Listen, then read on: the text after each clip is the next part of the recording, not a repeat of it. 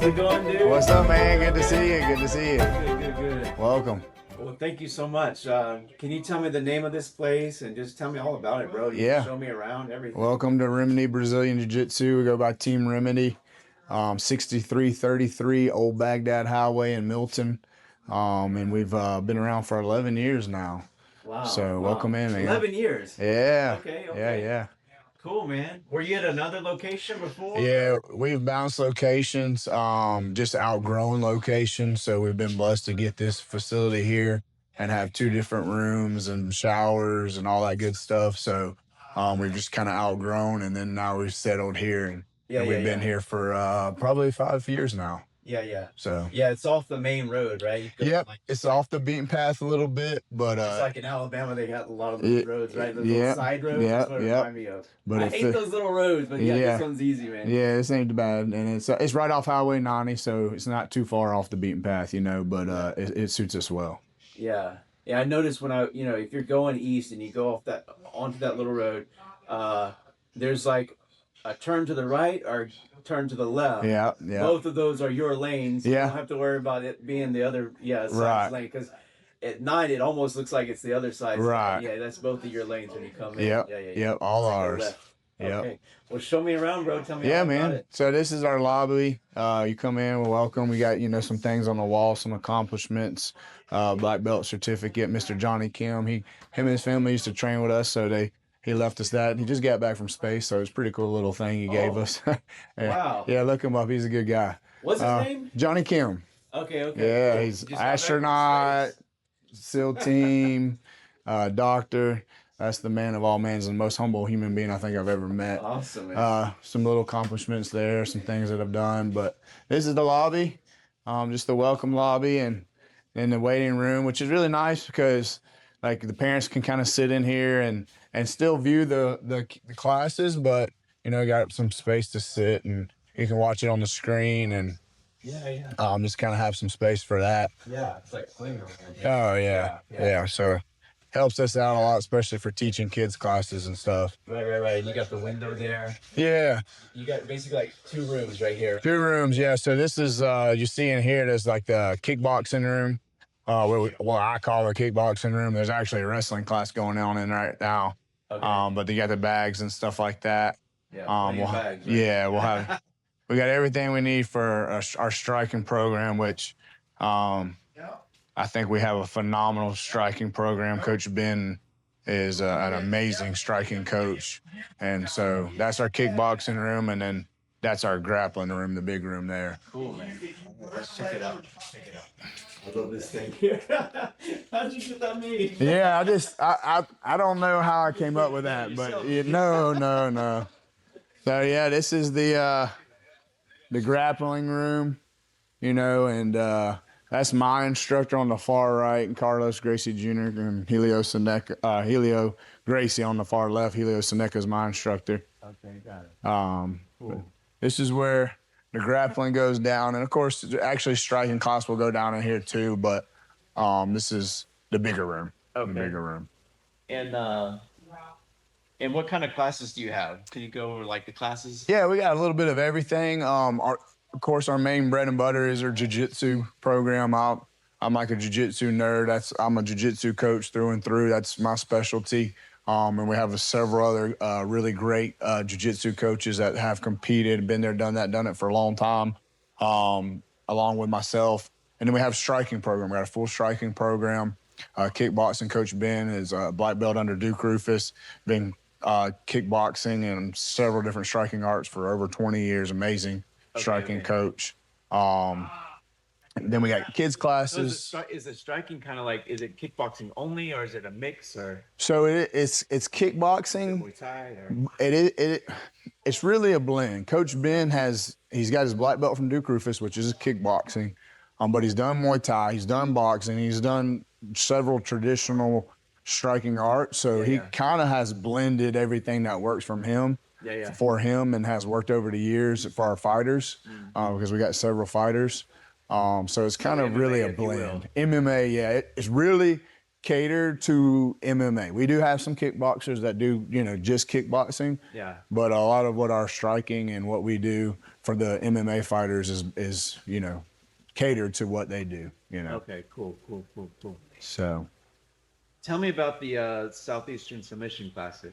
yeah, Southeastern Submission Classic. Yeah, I put that on. It's totally separate from the gym. And I like to keep it separate because to me, it is something that the jiu-jitsu community as a whole needed. The only reason that I started the jiu-jitsu tournaments was because there was no tournaments here. Okay. When I was started competing, like you went to Atlanta to compete, you went to Louisiana to compete, you went to Alabama to compete. You couldn't compete here locally.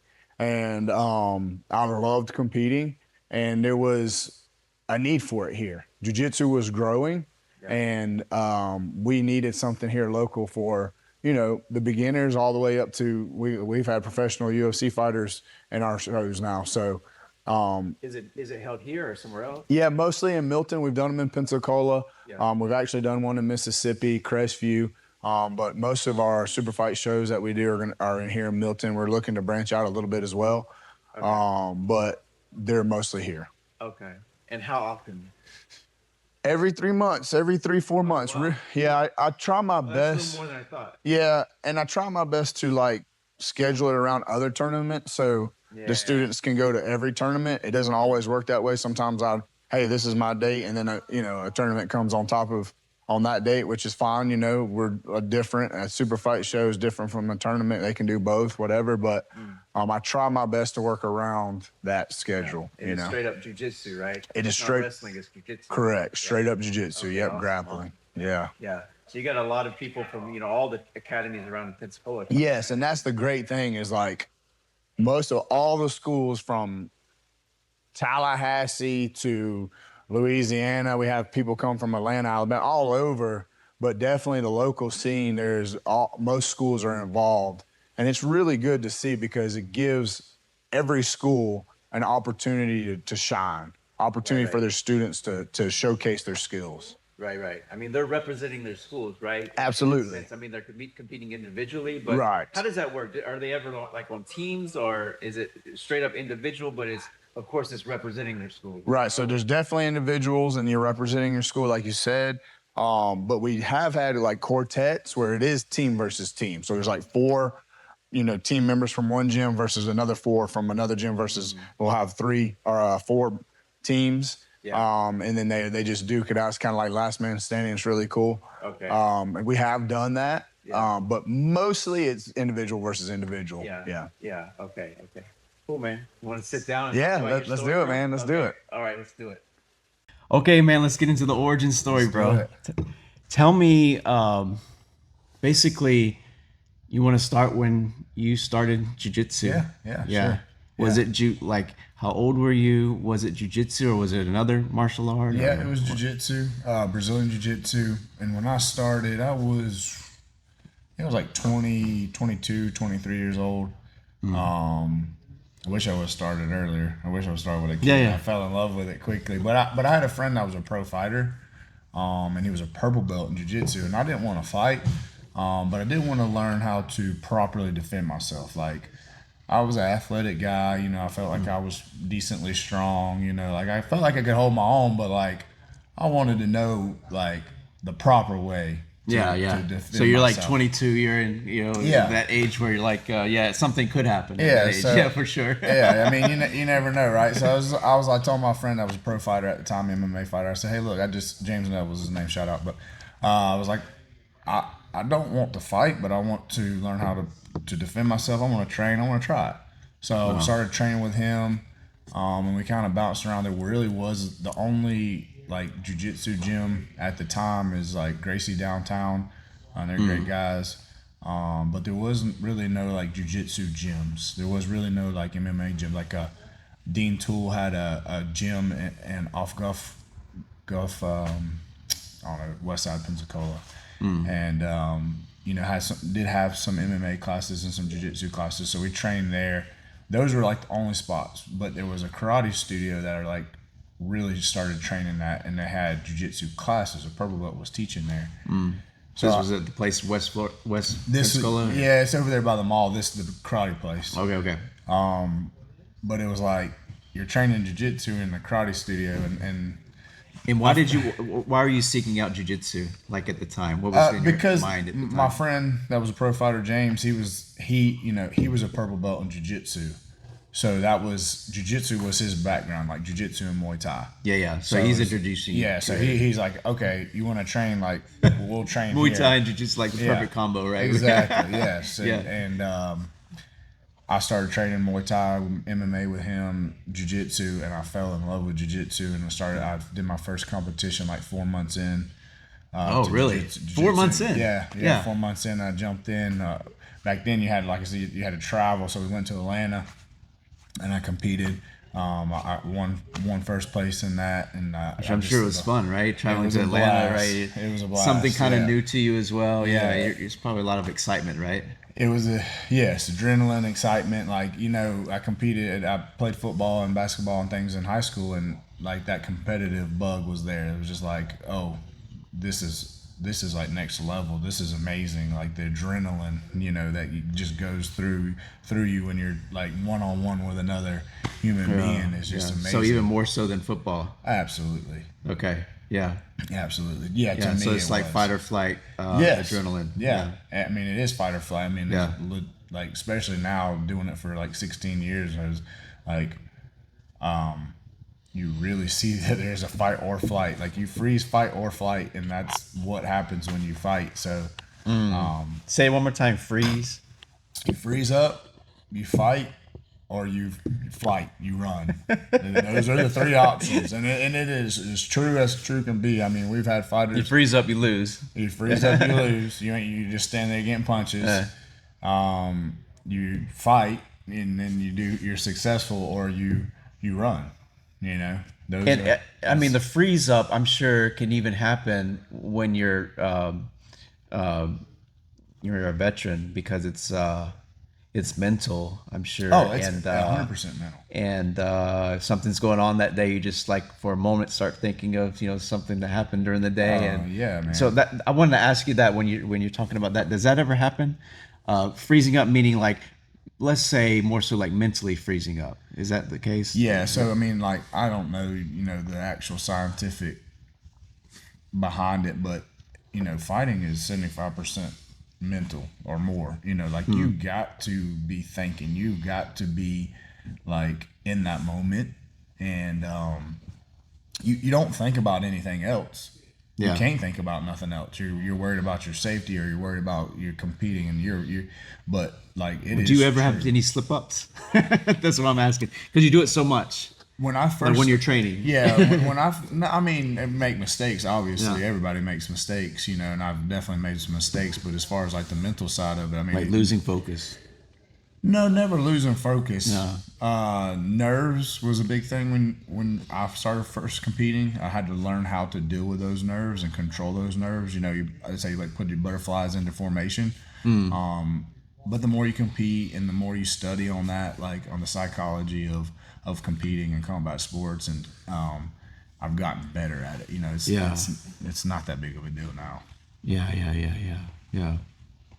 What would you be nervous about?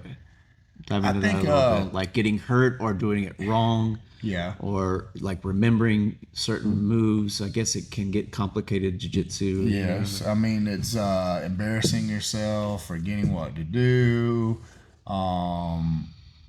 getting choked to sleep, Like, so embarrassing yourself is a part of it, especially as a new person, right? Yeah, absolutely. I mean, and the thing is, like, a lot of people are like, oh, I'm going to let down my friends. And, a lot of fighters, they go, after they lose their fight or competitor loses their fight, they're like, oh, guys, I'm so sorry. There's nothing to be sorry about. Like, I think it's natural to, like, you feel like you let down your friends and your family. But, like, your friends and family are going to love you regardless, right? Like, if they're truly your friends and family, they're going to love you. And they should love you regardless if you win or lose. They're proud of you for challenging yourself. And I tell my guys that all the time. Like, hey, you're challenging yourself. Like, you're going to be good. People are going to love you regardless. Don't worry about what other people think. It's about you. Your day, you're competing. The spotlight's on you. Don't worry about nobody else. And I guess the other person, their family, of across the way loves them just as much Yeah. as your family loves Yeah. you. You know, Yeah, like yeah. it's two people just as good as each other, and they have all the nerves as well. So it's so Absolutely. intense that you can't get too upset about. You know, Yes, as long as absolutely. you don't have any like huge mental slip up or something. Yeah. I guess you're kind of competing with yourself as well, right? Yeah. 100%. Yes, you're competing against yourself, and I mean, as the higher ranks you get on higher, and the more experience and the higher level, like it's a game of like centimeters. Like you make a one small little movement of a grip, and it costs you. So, but it's fun. It's challenging.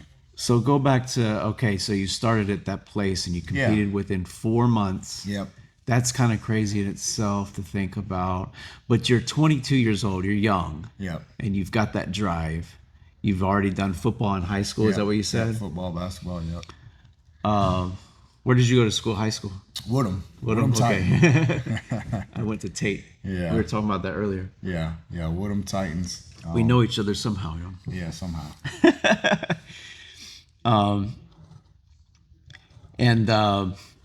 Okay, so you compete. Did you win?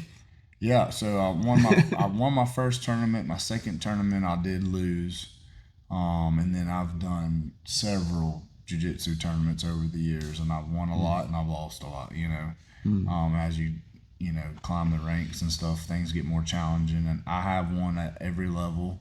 I've done well. I'm pretty happy with my competitive story. I guess you could say. Sure. I'm happy.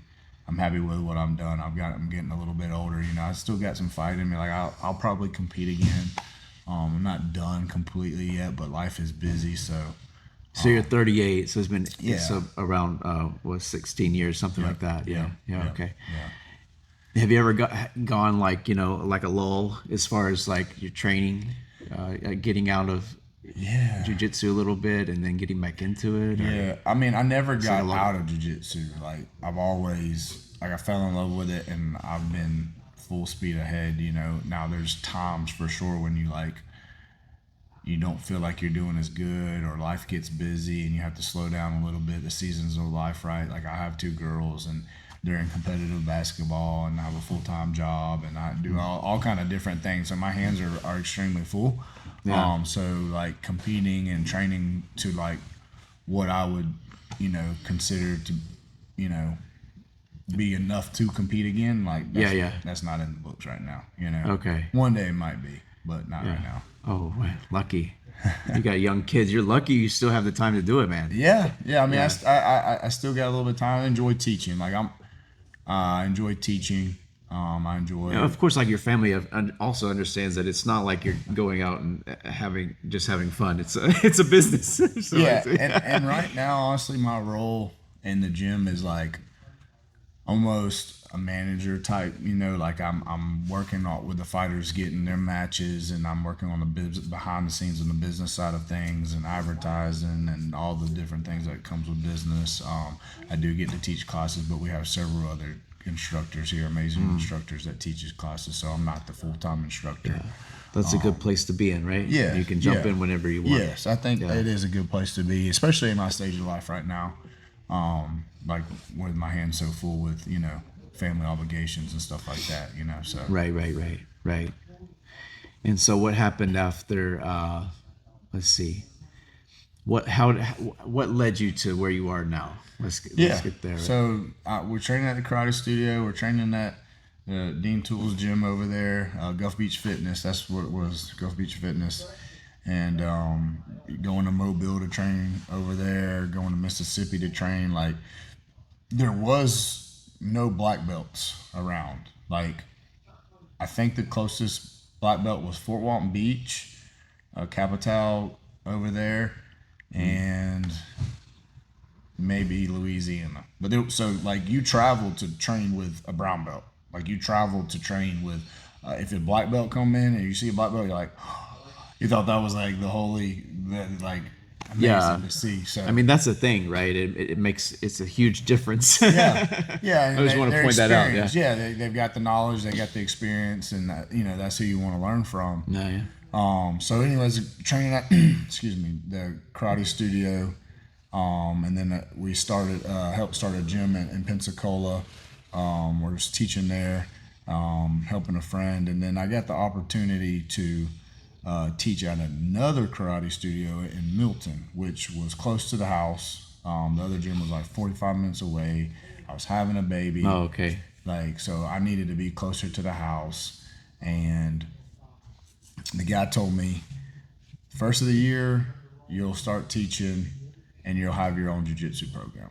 Oh man, lucky. I'm like, okay, cool. This is wonderful. Like, there's no jiu-jitsu in Milton. Like, I'm not stepping on anybody's toes. I'm far away from Pensacola, like where the other jiu-jitsu gyms are. Like, I'm good. Like, this is a great opportunity for me. Exactly. Yeah. First of the year coming around, and that guy is nowhere to be found. Like, his equipment is still in the gym, but his lights are off. And I'm like calling this guy. Yeah. So what were you thinking at first? I was like, something happened. I didn't know what to think. I was like, maybe sick, maybe something, something. So I finally got a hold of him. You're like looking in the windows. Yeah, like he literally had a boxing ring in there, like his mats in there, everything was still in there. It was a big gym.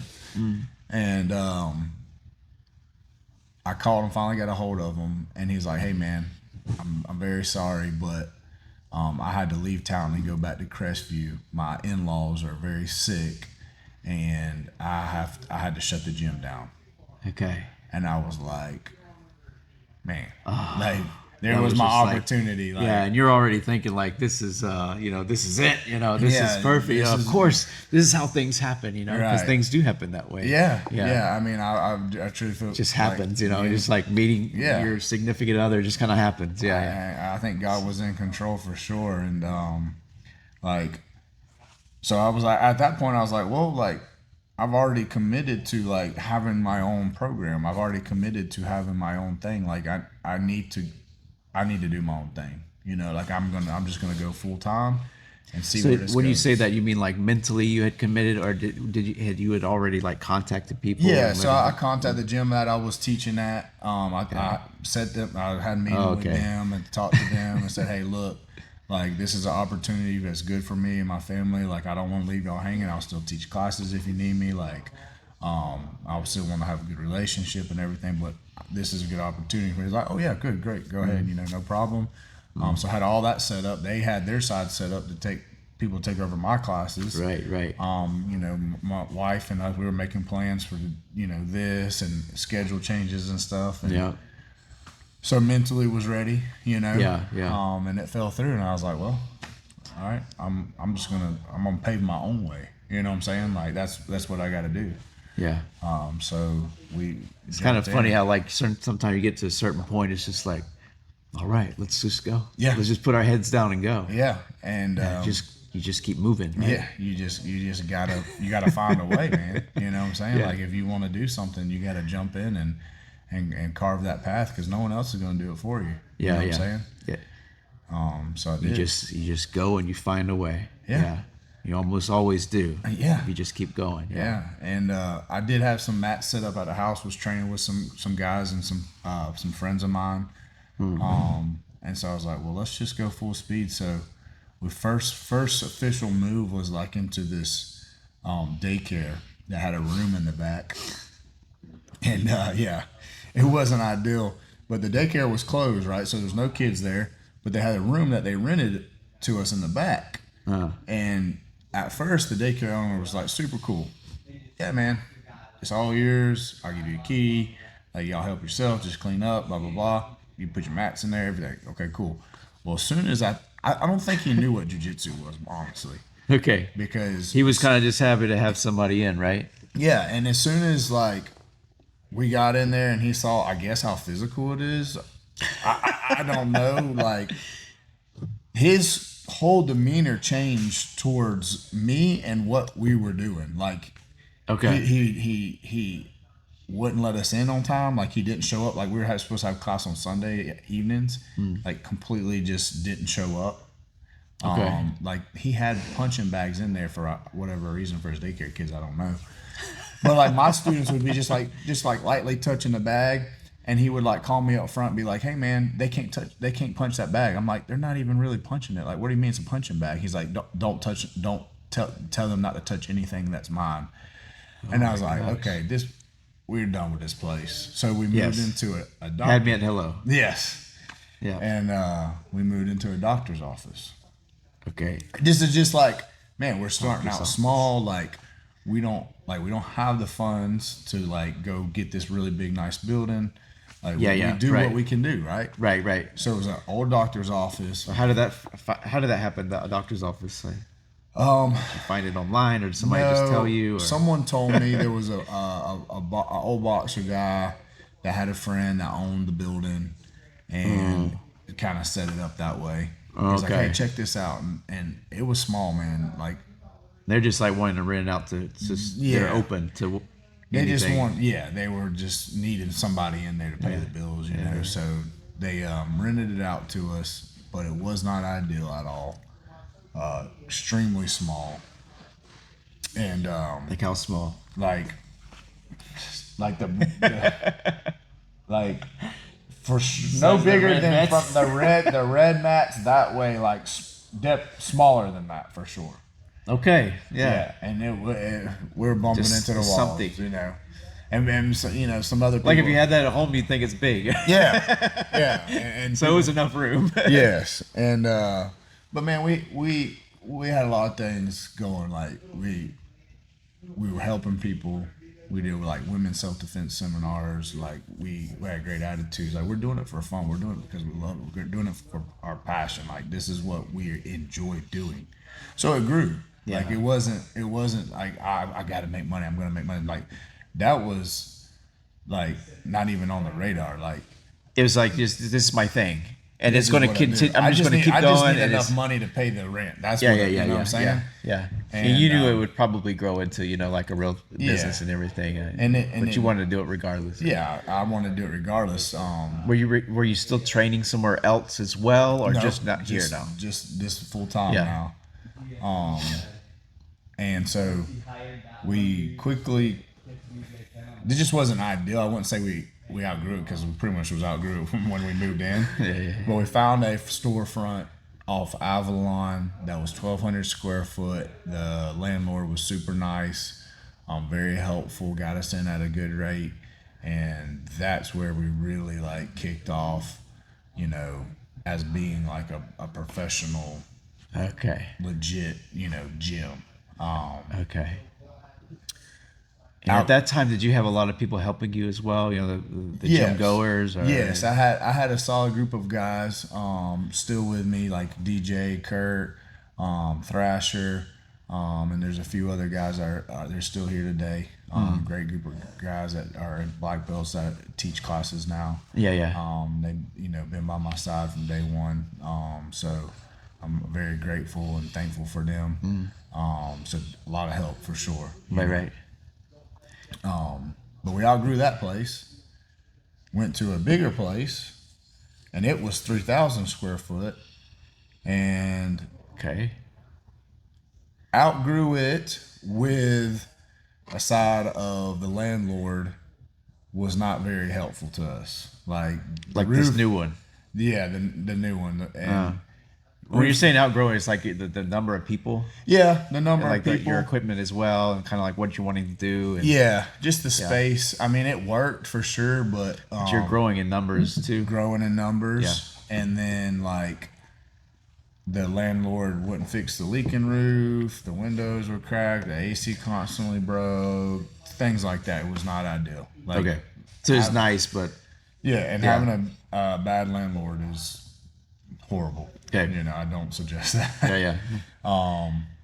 So we decided to move right after like 2021. Found this place and have been here since. Okay. So it's Since been 2021. Okay. Yeah. It was late 2020, 2021 when we got moved in here, and we've been here since then. Okay. Cool, man. Cool. And what about the sparring? Was that in the other gyms before? Yeah, I mean we sparred from day one.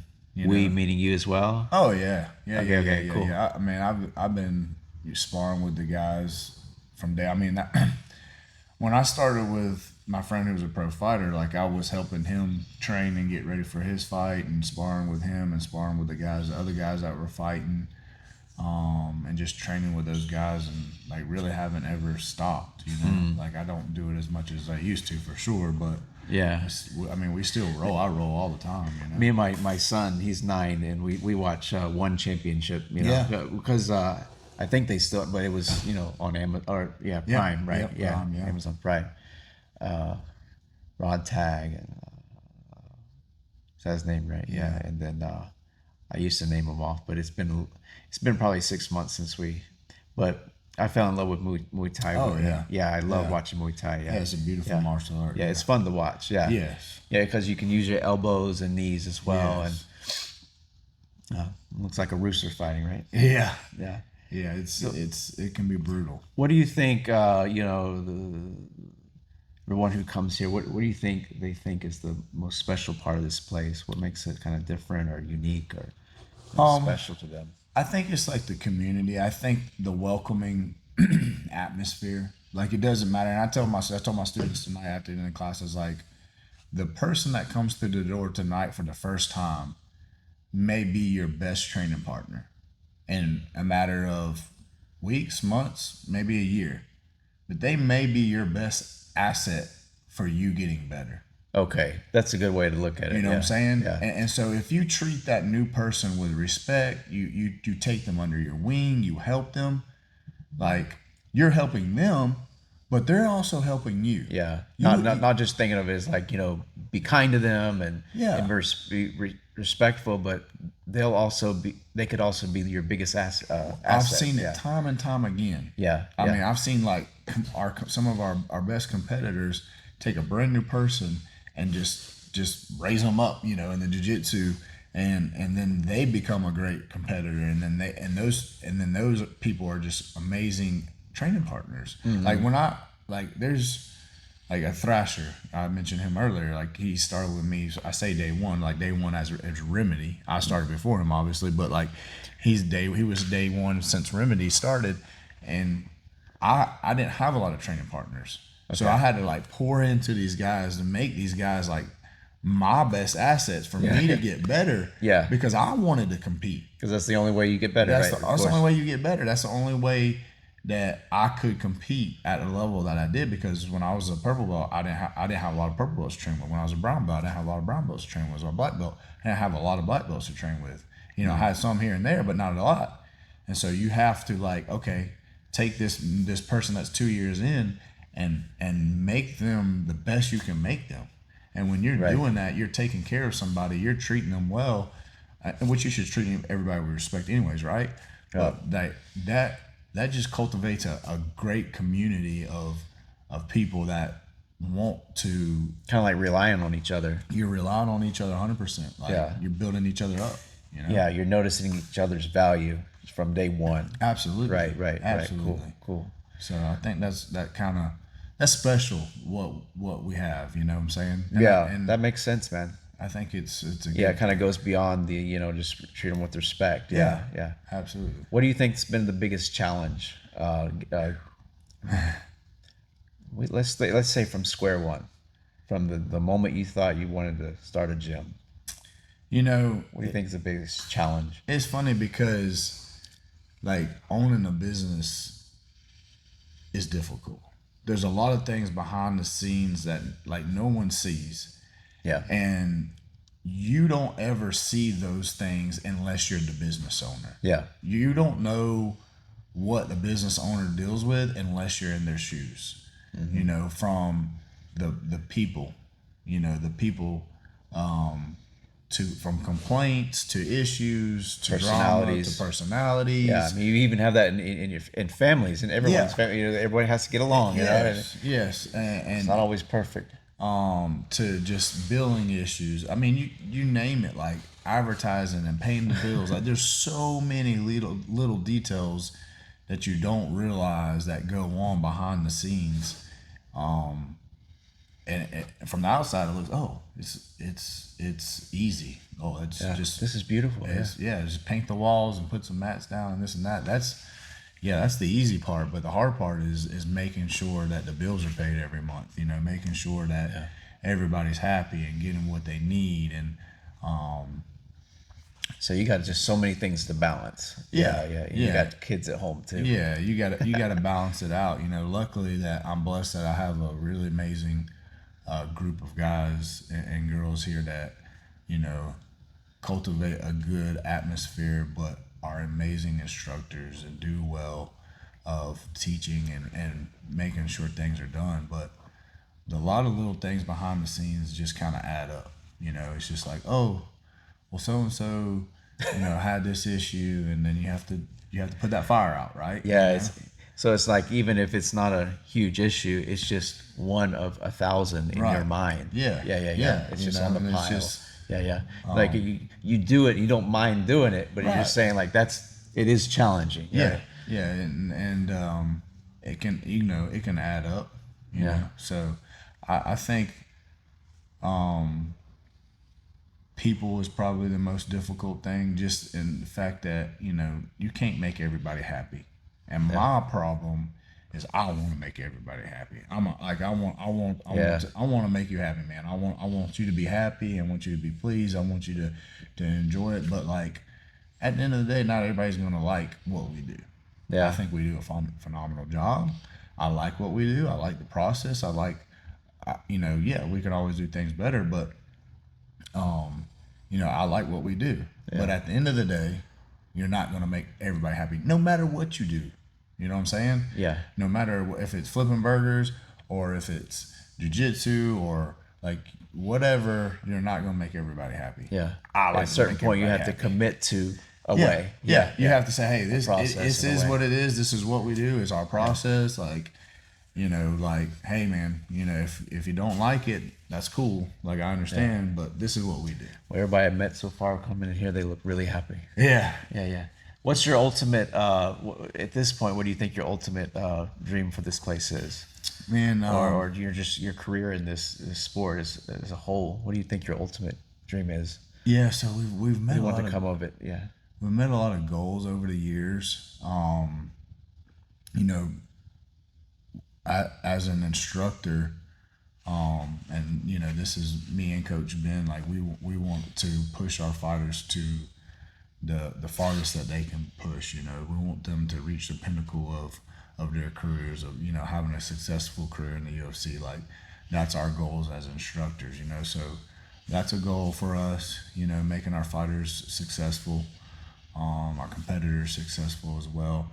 But the success stories are the ones that people come in and they have those confidence issues, or they've been bullied, or they've been sexually assaulted, or they whatever is going on in their life. Maybe they're just depressed. Maybe they just need a community. Maybe they just need friends, and they come in and they find that help that they need, the remedy, right? Like they find it, and when it changes their life for the better, and you can see it, and then when they're thankful, you're like, those are the wins. That's what drives me. That's what I want to continue to do. So that's the ultimate goal, is just continue to help people. Yeah. Help our whatever their goals are, right? So like even if it's self-defense and for whatever reason, let's help them. Okay, competitors, let's help them.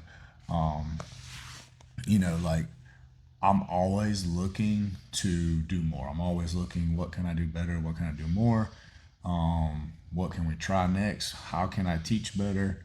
And so just kind of trying to push it slowly, step by step, and see where it goes. Yeah. Like Seems like it's already, in bloom, Yeah. so to speak. Right. yeah. And I think like a big part of being successful is baby steps. Yeah, so you can slow down and kind of like go in the right direction kind of thing, right? Yeah. Yeah. Just one Make step the at a right time. decisions. Yeah, take your time. Yeah. Absolutely. Yeah, cool, man. Yeah. Yeah, I mean, I guess like the nature of what you're doing is improving people's lives, right? Yeah. So that's just a constant gratification for you, Yeah. right? Yes. Right. So just continuing to do that is Yes. the dream. The yeah. success stories, Yeah. right? Like the success stories is what the driver is. The success stories is the motivator. Like, and that's what I want to continue to do. So Yeah, I mean, it's hard to get more gratification than helping others, right? Yeah. I mean, I think that's true with everybody. Yeah. They might not know it, but Yeah, yeah. like that's the gratification. That's what makes it all worth it. You know, that's at the end of the day, it's like, okay, this is a good thing. You know. Right, right. And Remedy, the name, how did that come about? So we were training just a small group of friends, and I had a Marine. Like I think he found me on YouTube, one of my like jiu-jitsu matches, Yeah. and then found me on Facebook, and then messaged me and was like, "Hey, you train in Milton?" I'm like, "Yeah." He's like, "Can I come train?" I was like, "Yeah, absolutely, come train." And so every time that he come and train with us, he would tag it as Trey's Remedy, and I was Oh, like, that's unique. Why would he it do was that? like It perfect. works, but why would he? It was It's just like meant to be, man. It was meant to be. It was Trey's perfect Remedy. time. Like Eddie, shout out to Eddie in California. He still trains. He's a black belt now, but great dude. And it just clicked. It was perfect. It was like Remedy that's it. Yeah, like remedying whatever it is in your life. Whatever it is in your Right. life, I mean, man. that's what you were referencing earlier. Like it's the fix, you know. Like Yeah. jiu-jitsu, you know, like it's therapy for a lot of people. It's Right. therapy for me. Like when I go home, I'm after training, I'm just the happiest person in the world. I'm like, oh yeah, this is great. Like I love life, you know. Like it's just an outlet that you can come and just like you can't worry about anything else. You can't. Oh, you're forced to. Yeah, focus because you're completely. worried about someone choking you or Yeah. taking your arm home, right? You Yeah. know, so like it's a therapy for a lot of people, and so Remedy just kind of clicked, it fit. And then one of the students wanted to make, he was a graphics guy, and he wanted to make a logo, and he's like, well, what do you suggest or whatever? And I was like, well, I mean, there's cow pastures all along the side of the roads when you're passing here. Like, I like the Chicago Bulls growing up. Like, it's kind of rural, like fits the Bulls, doable, you know. And so that was it, man. And, Yeah, and it's unique. It stands out for sure. Yeah. So that was the beginning. Yeah. 2014. Yeah, I love it. All right, man. Well, thanks for Hey, taking man, the time, appreciate bro. it. Thank you so I much, really man. enjoyed listening to your story. Yeah, thanks for coming. Appreciate it. Thanks for caring for people so much and for all that you do. Okay. Yeah, thank you, man. Yeah. All right. I'll talk to you soon, buddy. All right, sounds good.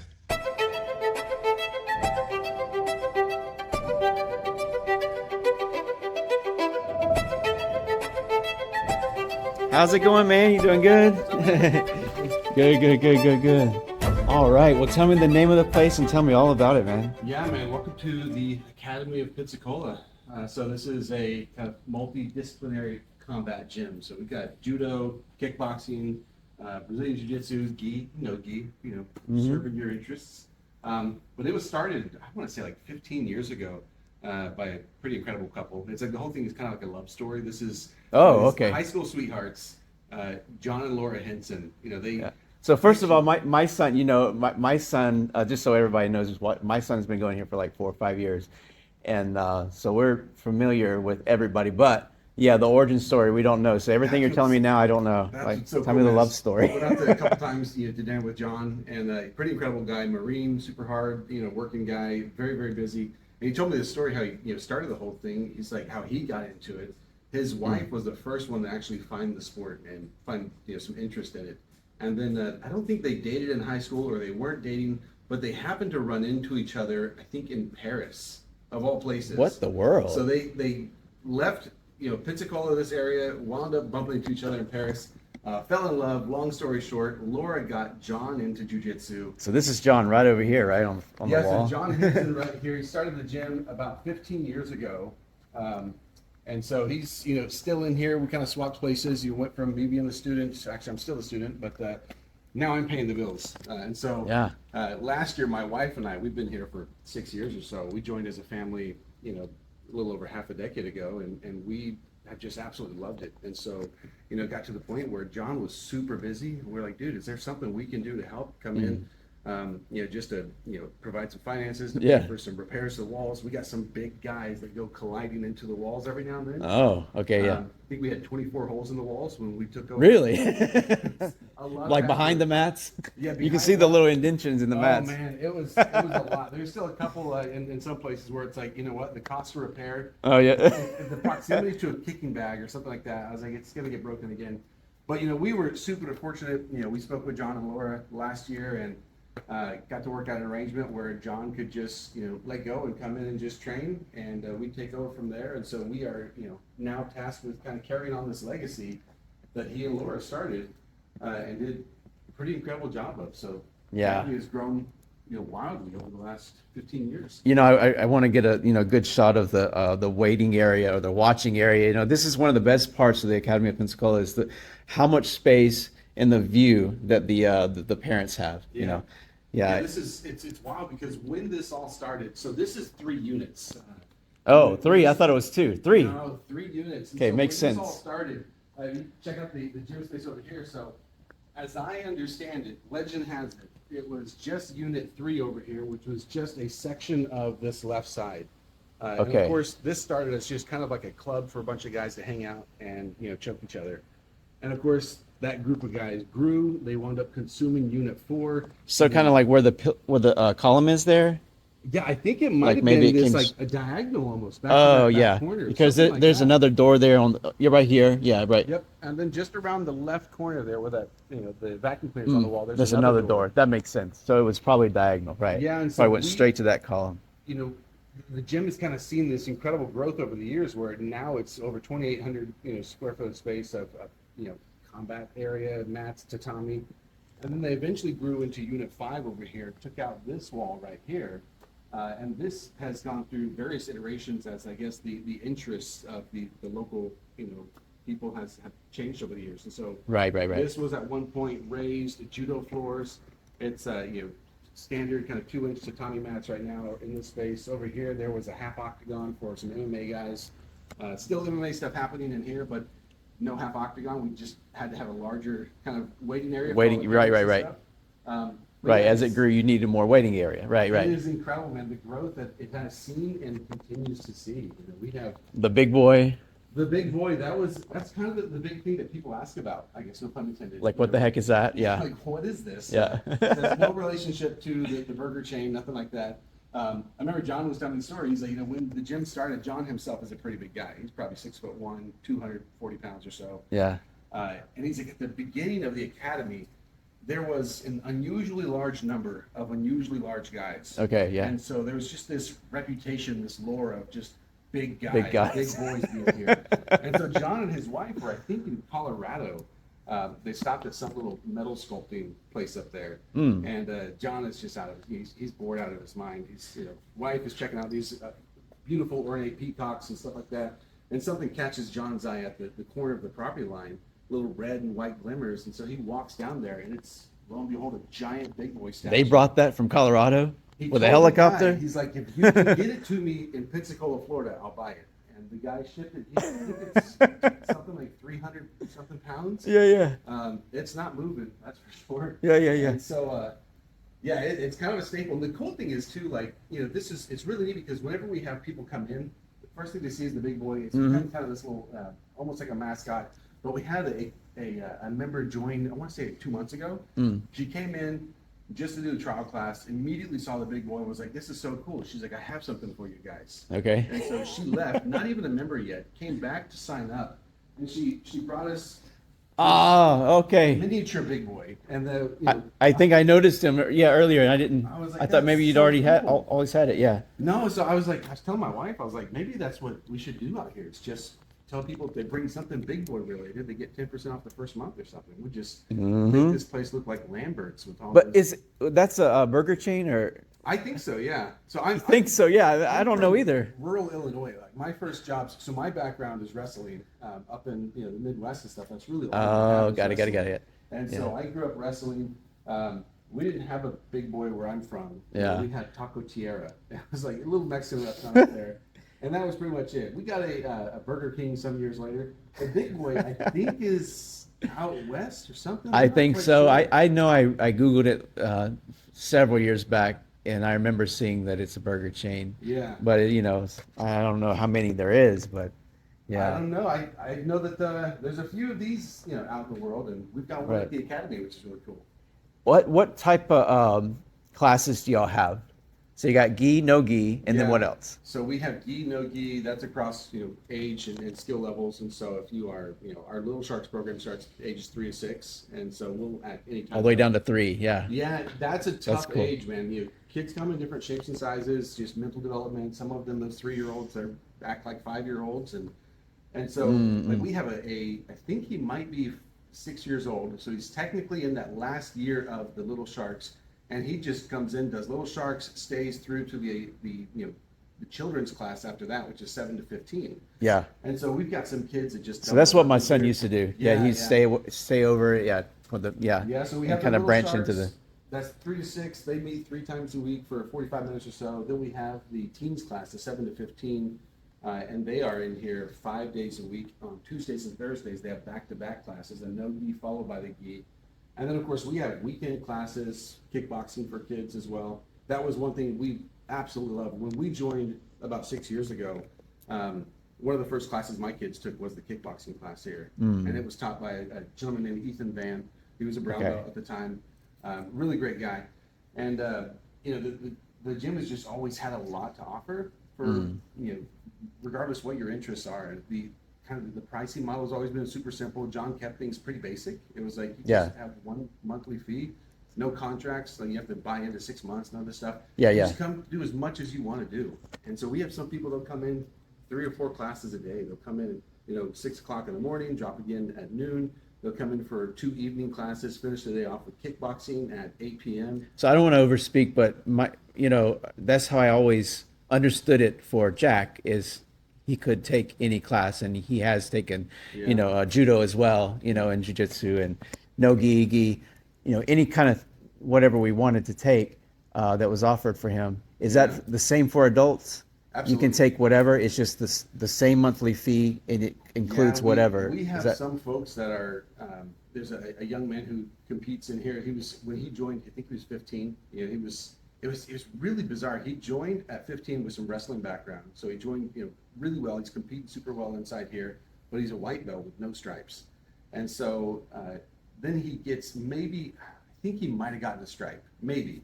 It's just the timing was aligned all weird.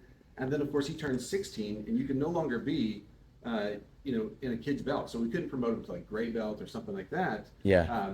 Had to bump him straight up to blue belt. And so this guy, he kept, he was doing judo, was doing kickboxing, was doing no gi, was doing gi, was competing on the weekends. Okay. And he's an absolute savage. He's maybe 130 pounds, maybe. Yeah. But rolling with him, he's just like this rabid squirrel all over you, and grabbing limbs and stuff. But that's what's so beautiful is like, if you're trying to get this full kind of well-rounded training curriculum, Right. it's not just jujitsu. That's going to take care of you when you're on the ground. There's some throws and stuff in there, but it's nice to also have the judo. You're going to see a lot of that stuff. We do a lot of the wrestling as well. Not as much as I would like. Hopefully we'll do a little bit more in the future. But yeah, and then the kickboxing stuff as well. So you got the Right. striking, the submission fighting, the throws, going for those big ippons. And you'll have private classes still? Yeah, so there's the instructors. Sometimes you see them doing private classes. I actually wasn't sure if we would be alone today because every now and then, Yeah, sometimes I'll they come in and there'll be a coach in here doing a private class. Yeah. Right. Do you want to talk about the instructors a little bit? Dude, the instructors are incredible, man. So I mentioned one already. Ethan Van was here years ago. Was the first guy that my kids got to train with. When I started training here, it was the early morning classes with Ryan Salgado.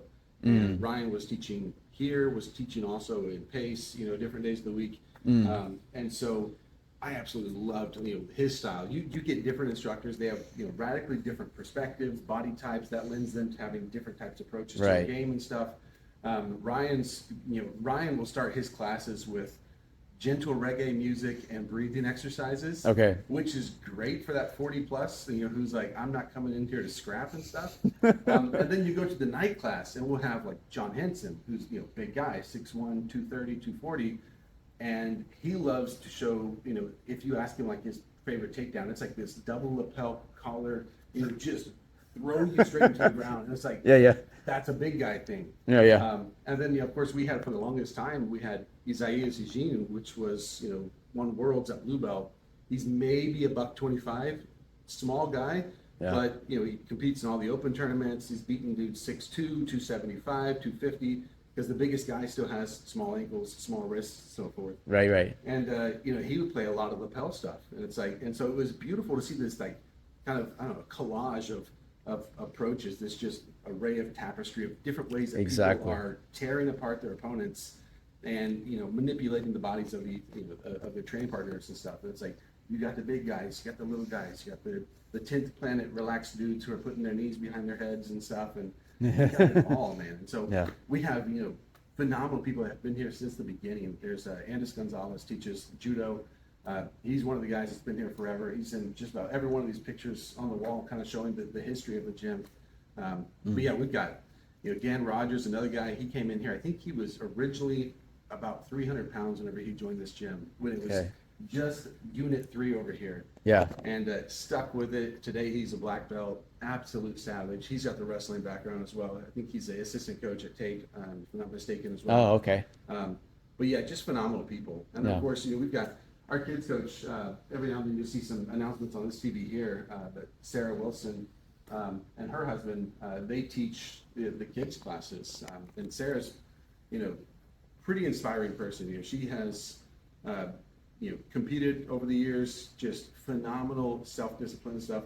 Was unfortunately diagnosed with breast cancer a few months back, and seeing her approach that with everything that jiu-jitsu has given her, the type of person it's built her into, is just inspiring. And we've told her numerous times that there's no way a normal person could go through what she's gone through and handle it the way she does. Right. And it's like the instructors here are just inspiring, built different, as the kids say. Right. Yeah. Well, you want to sit down and have a go at the origin story, your origin story, man. and Yeah. we'll talk about everything, man. Yeah. Love to. All right, let's do it. Yep. Okay, man, let's get into the origin story. Let's do it, dude. Well, tell me, let's start with you, because you started before the Academy of Pensacola, right? How old are you now? I'm 40. Oh my goodness, it's getting scary. I think 43. Should be turning 44 this year. Yeah. I just turned 40, so yeah, that was scary. So, tell me, how did you started with wrestling? Was that?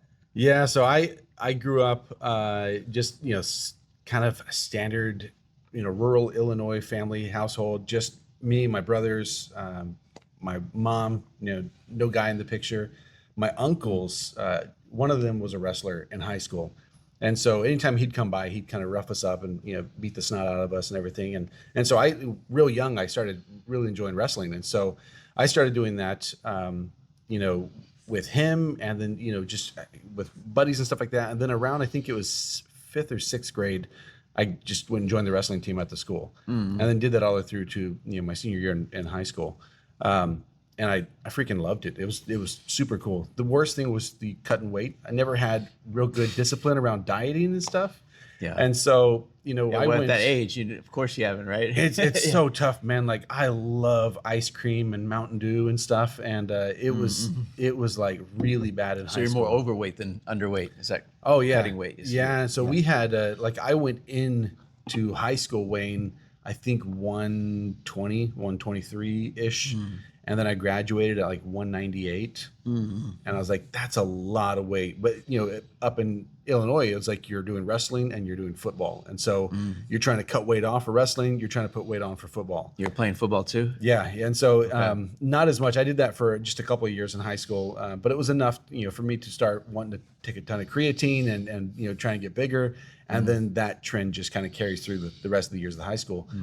So gaining weight and losing weight. Gaining weight and losing weight, man. Was it different, like seasons? Was it different seasons? There was a little bit of an spring? overlap, which was tough. Okay. It's like, so you would have, wrestling season. And then I think there was a period of 2 weeks or something like that where you would are you going to be at wrestling practice? Are you going to be at football practice? No, you had to choose? I think so. I mean, again, this is forever more ago. than a couple decades ago at this point. We're starting to forget stuff. Yeah, dude, Both we just you talked and about how I. we're our 40s now comfortably, and but this was one of the things that kind of got me in here is when high school wrestling was over. It was like, well, that's it. You can't take this skill and do anything with it.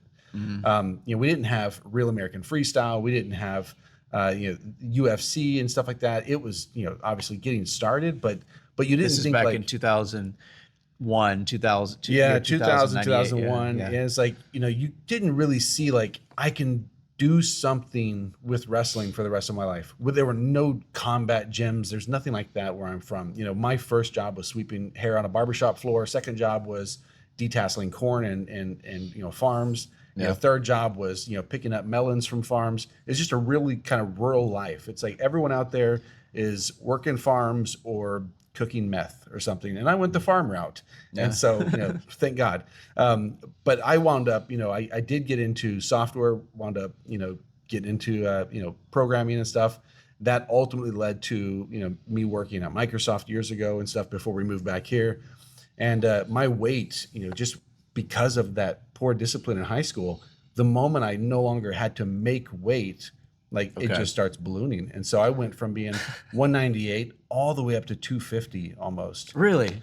And so In like a couple of years or something? no, I mean, it took a while. So there was, but it was the same kind of, that same kind of duality of like really exhausting myself to stay in shape, but also having really poor, habits. And so when my wife and I first met, And this is also back in the early 2000s. I mean, everyone's habits are worse than they are now. Yeah, I this think, is 2006, 2007 is when my wife and I met and got married, and I was living by myself, had a one bedroom apartment. I had a inflatable mattress, my desk with my computer, and that was it. I had a completely empty living room, completely empty kitchen. Sounds like some of my nothing. friends in college. And I was like just super basic. So I lived, Seattle's a pretty expensive place to live. And so I was maybe an hour and a half away from the office. And so I would every morning get me a 20-ounce Red Bull to go to work. They had free sodas all day long at Microsoft for the engineers there. And so I'd drink Mountain Dews all day long. On the way home, another 20-ounce Red Bull. And then, of course, stop by Starbucks or something and get a drink there. And that's when that heart stuff started. Like it would start, and then like I guess it would kind of fix itself. Then my wife was like, "We should do this, beach body, this 21-day type of thing," and like that, I think hurt me so badly. It knocked me down so much. Like I Meaning was like your weight went down or your energy went down? Like my cardio was so bad. Like I see. we did this Because thing. of the issue. That's what I can only attribute it to that. Of It's course, like, yeah, I believe so. We did the same exercise, the same workouts. I'm so much more athletic than my wife, especially at that time. I mean, actually today she's pretty athletic, but I was down for like a couple of hours, like just exhausted, trying to find my breath, trying to get my So heart it was rate a to go similar down. story with heart issues. Yeah. Like you're exhausted, when you do stuff that you're not used to doing. So it kind of, it kind of peaked in 2016, 2017, whenever I took my son to a gas station to get him a slushie. And, he was telling me how cold it was. And so I wanted to give him a pretty exaggerated reaction whenever I tried it and saw how cold it was. And I remember I just kind of threw my arms up. I was like, but like something in that gesture, that moment initiated something where the heart just started firing at all cylinders, and it was not a consistent pattern. And it just, again, like felt like something in my chest beating against the outside wall. Wow. Okay. And I remember going home. My wife was putting my daughter to bed. So if you have heart issues, don't go get a slushie and don't do anything dramatic. It definitely, in hindsight, was not a great idea.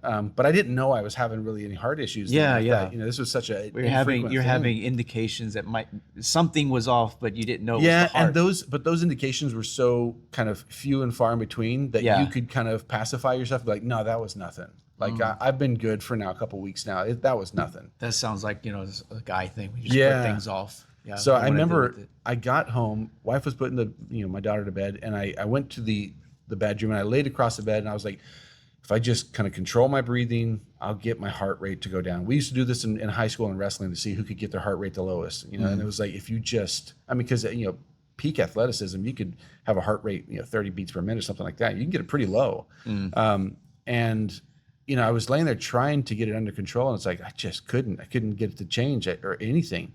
And I remember when my wife finally came in the bedroom, I was like, can you listen to my chest? Does it sound weird to you? And like, she was immediately like, yeah, that's screwed up. Like, we gotta, Really? She could hear it. Yeah. And so I drove to the emergency room.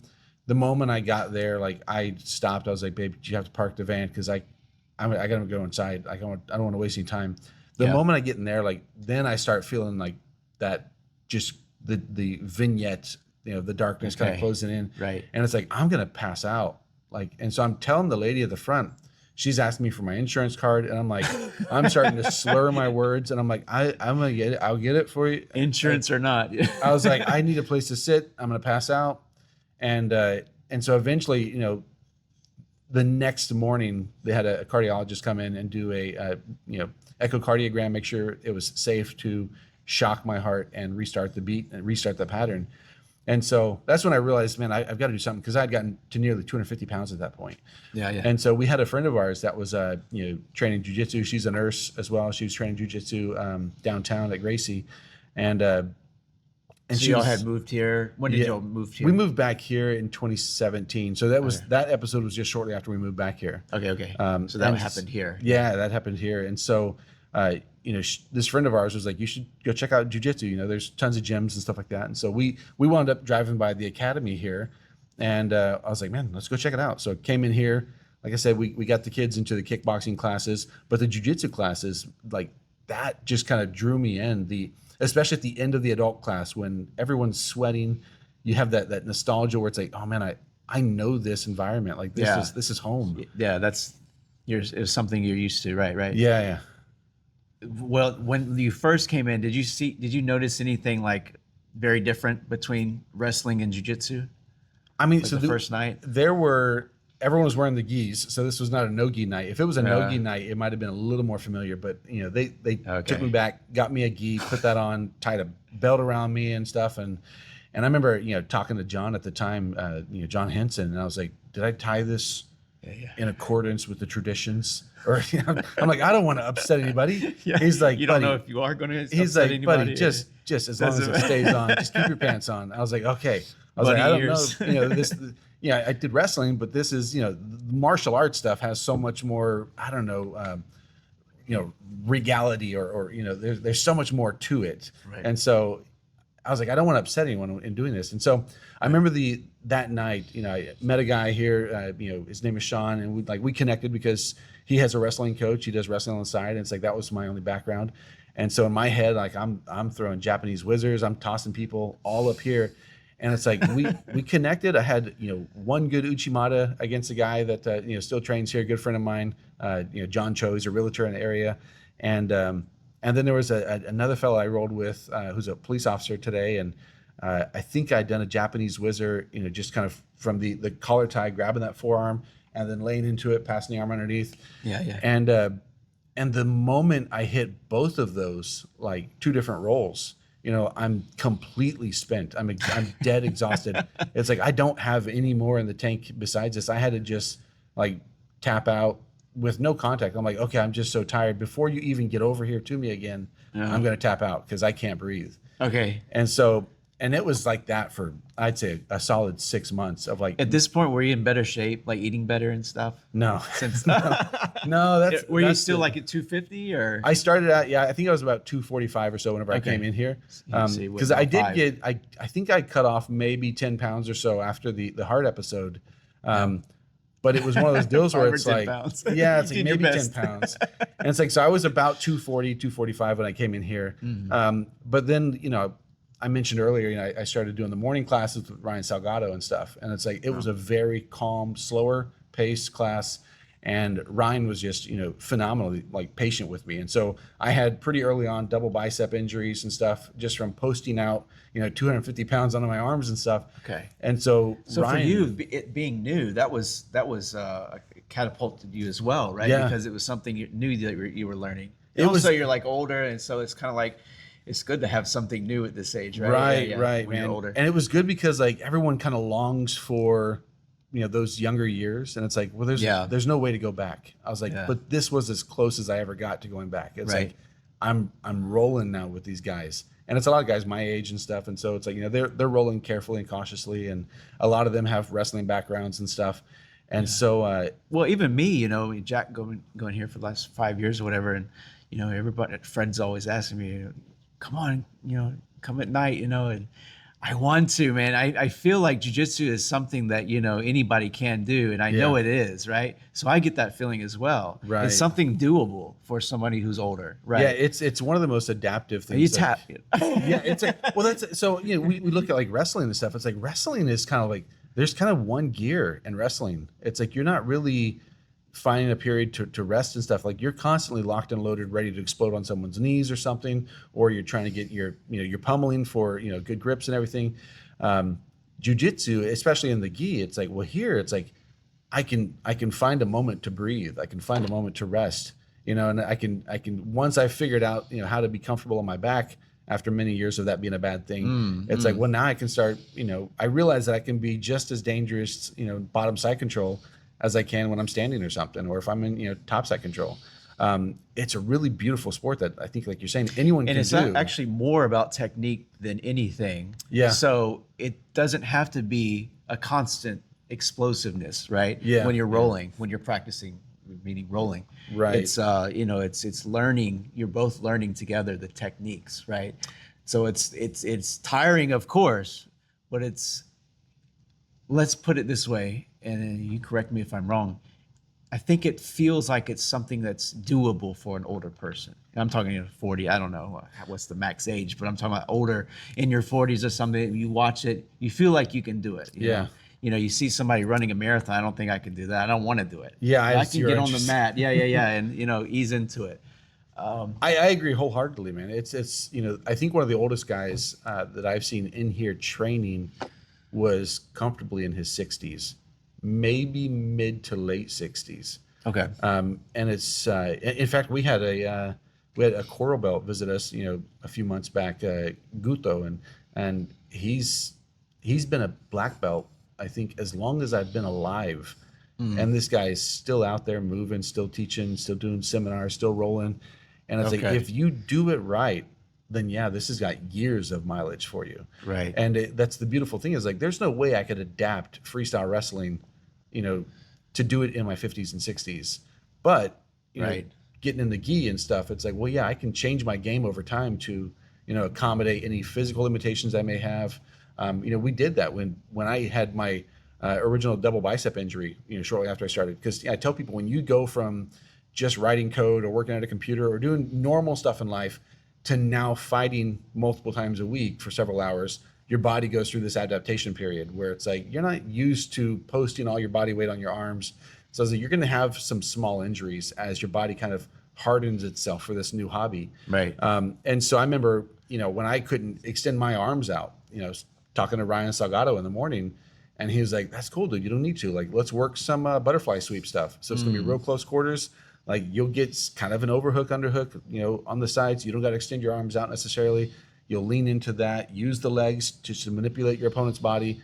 And it's like, man, that's beautiful. It's like even when you're injured, there's something you could be training. Or when you're older. Or when you're What I older. meant. Yeah. Right, yeah. It's adaptable. Yeah. Yeah, absolutely. Right. But it was, in addition to that, it was like, I want something for my kids to do.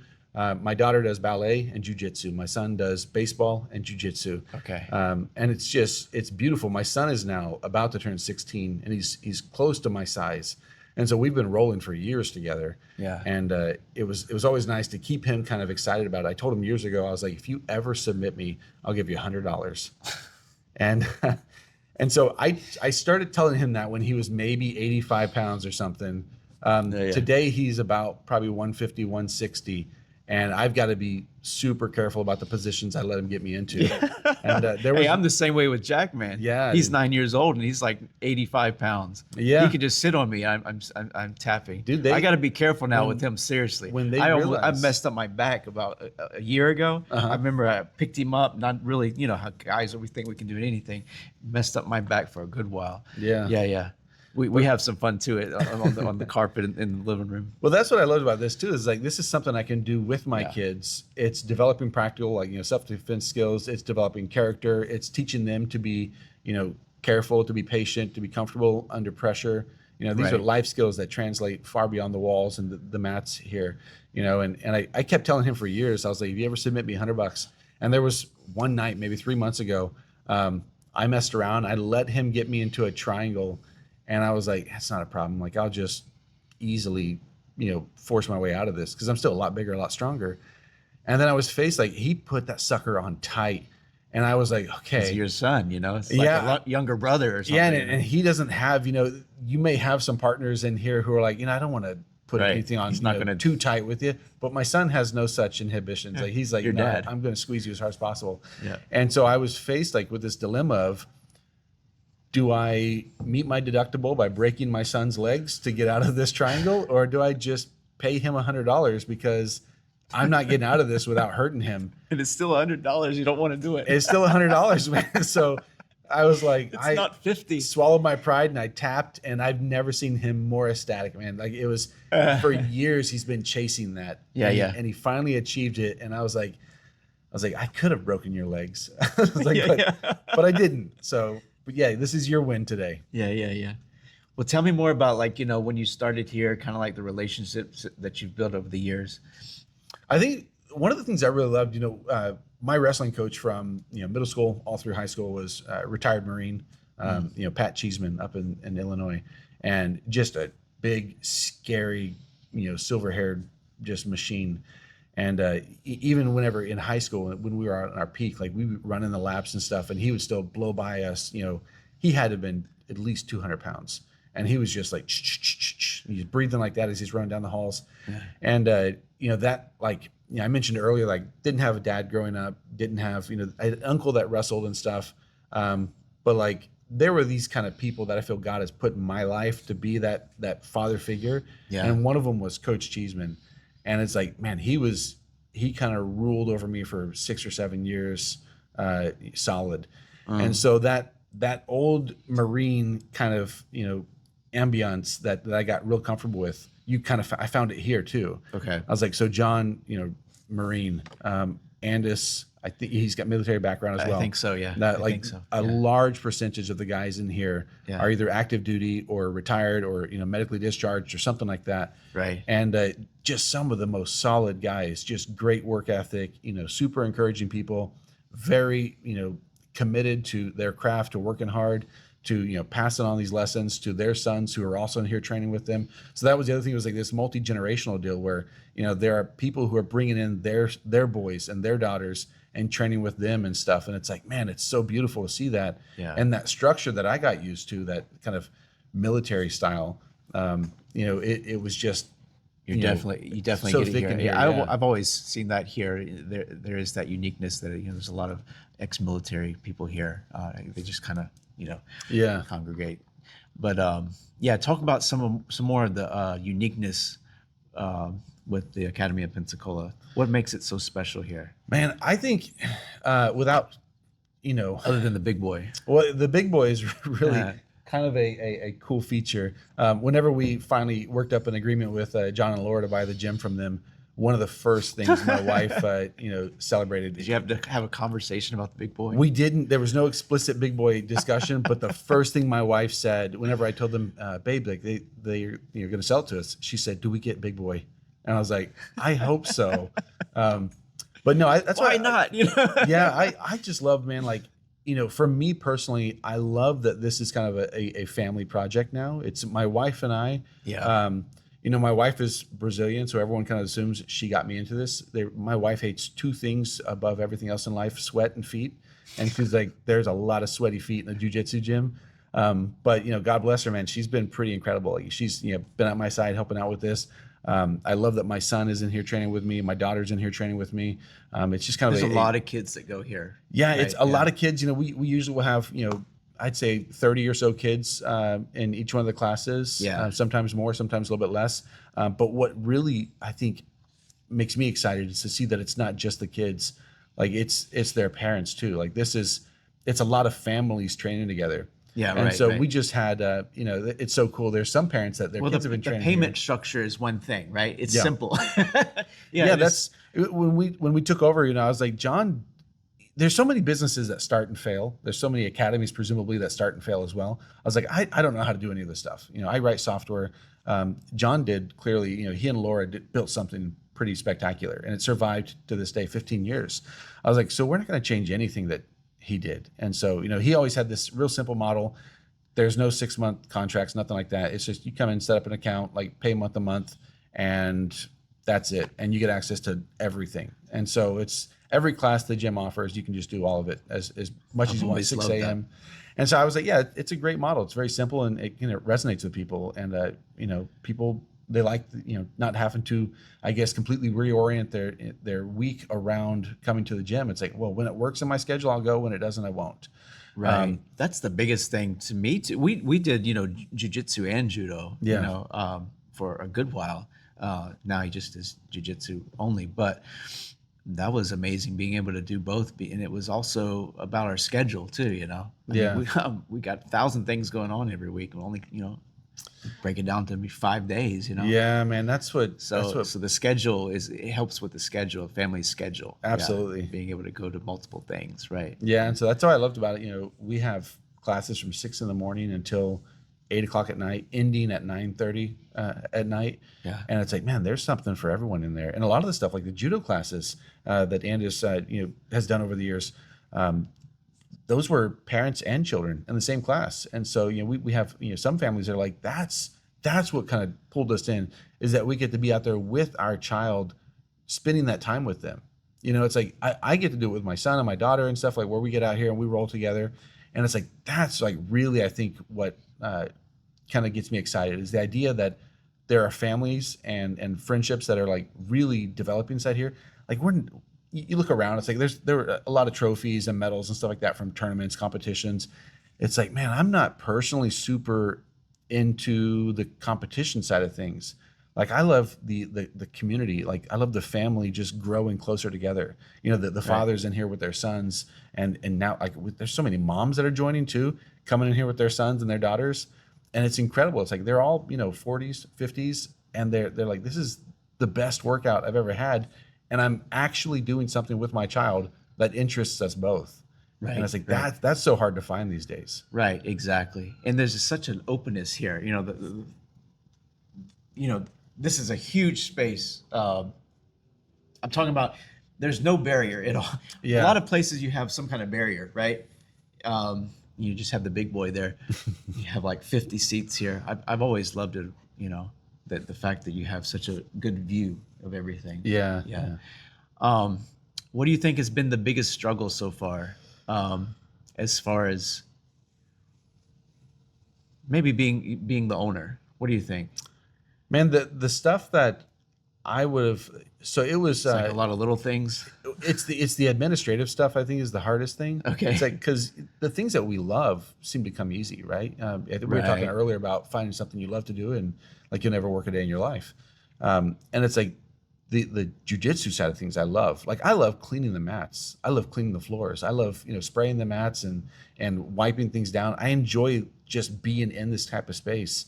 Yeah. The difficult stuff is like, when we took over, we wanted to give, we started doing things a little bit differently. We put, people on salaries and stuff like that.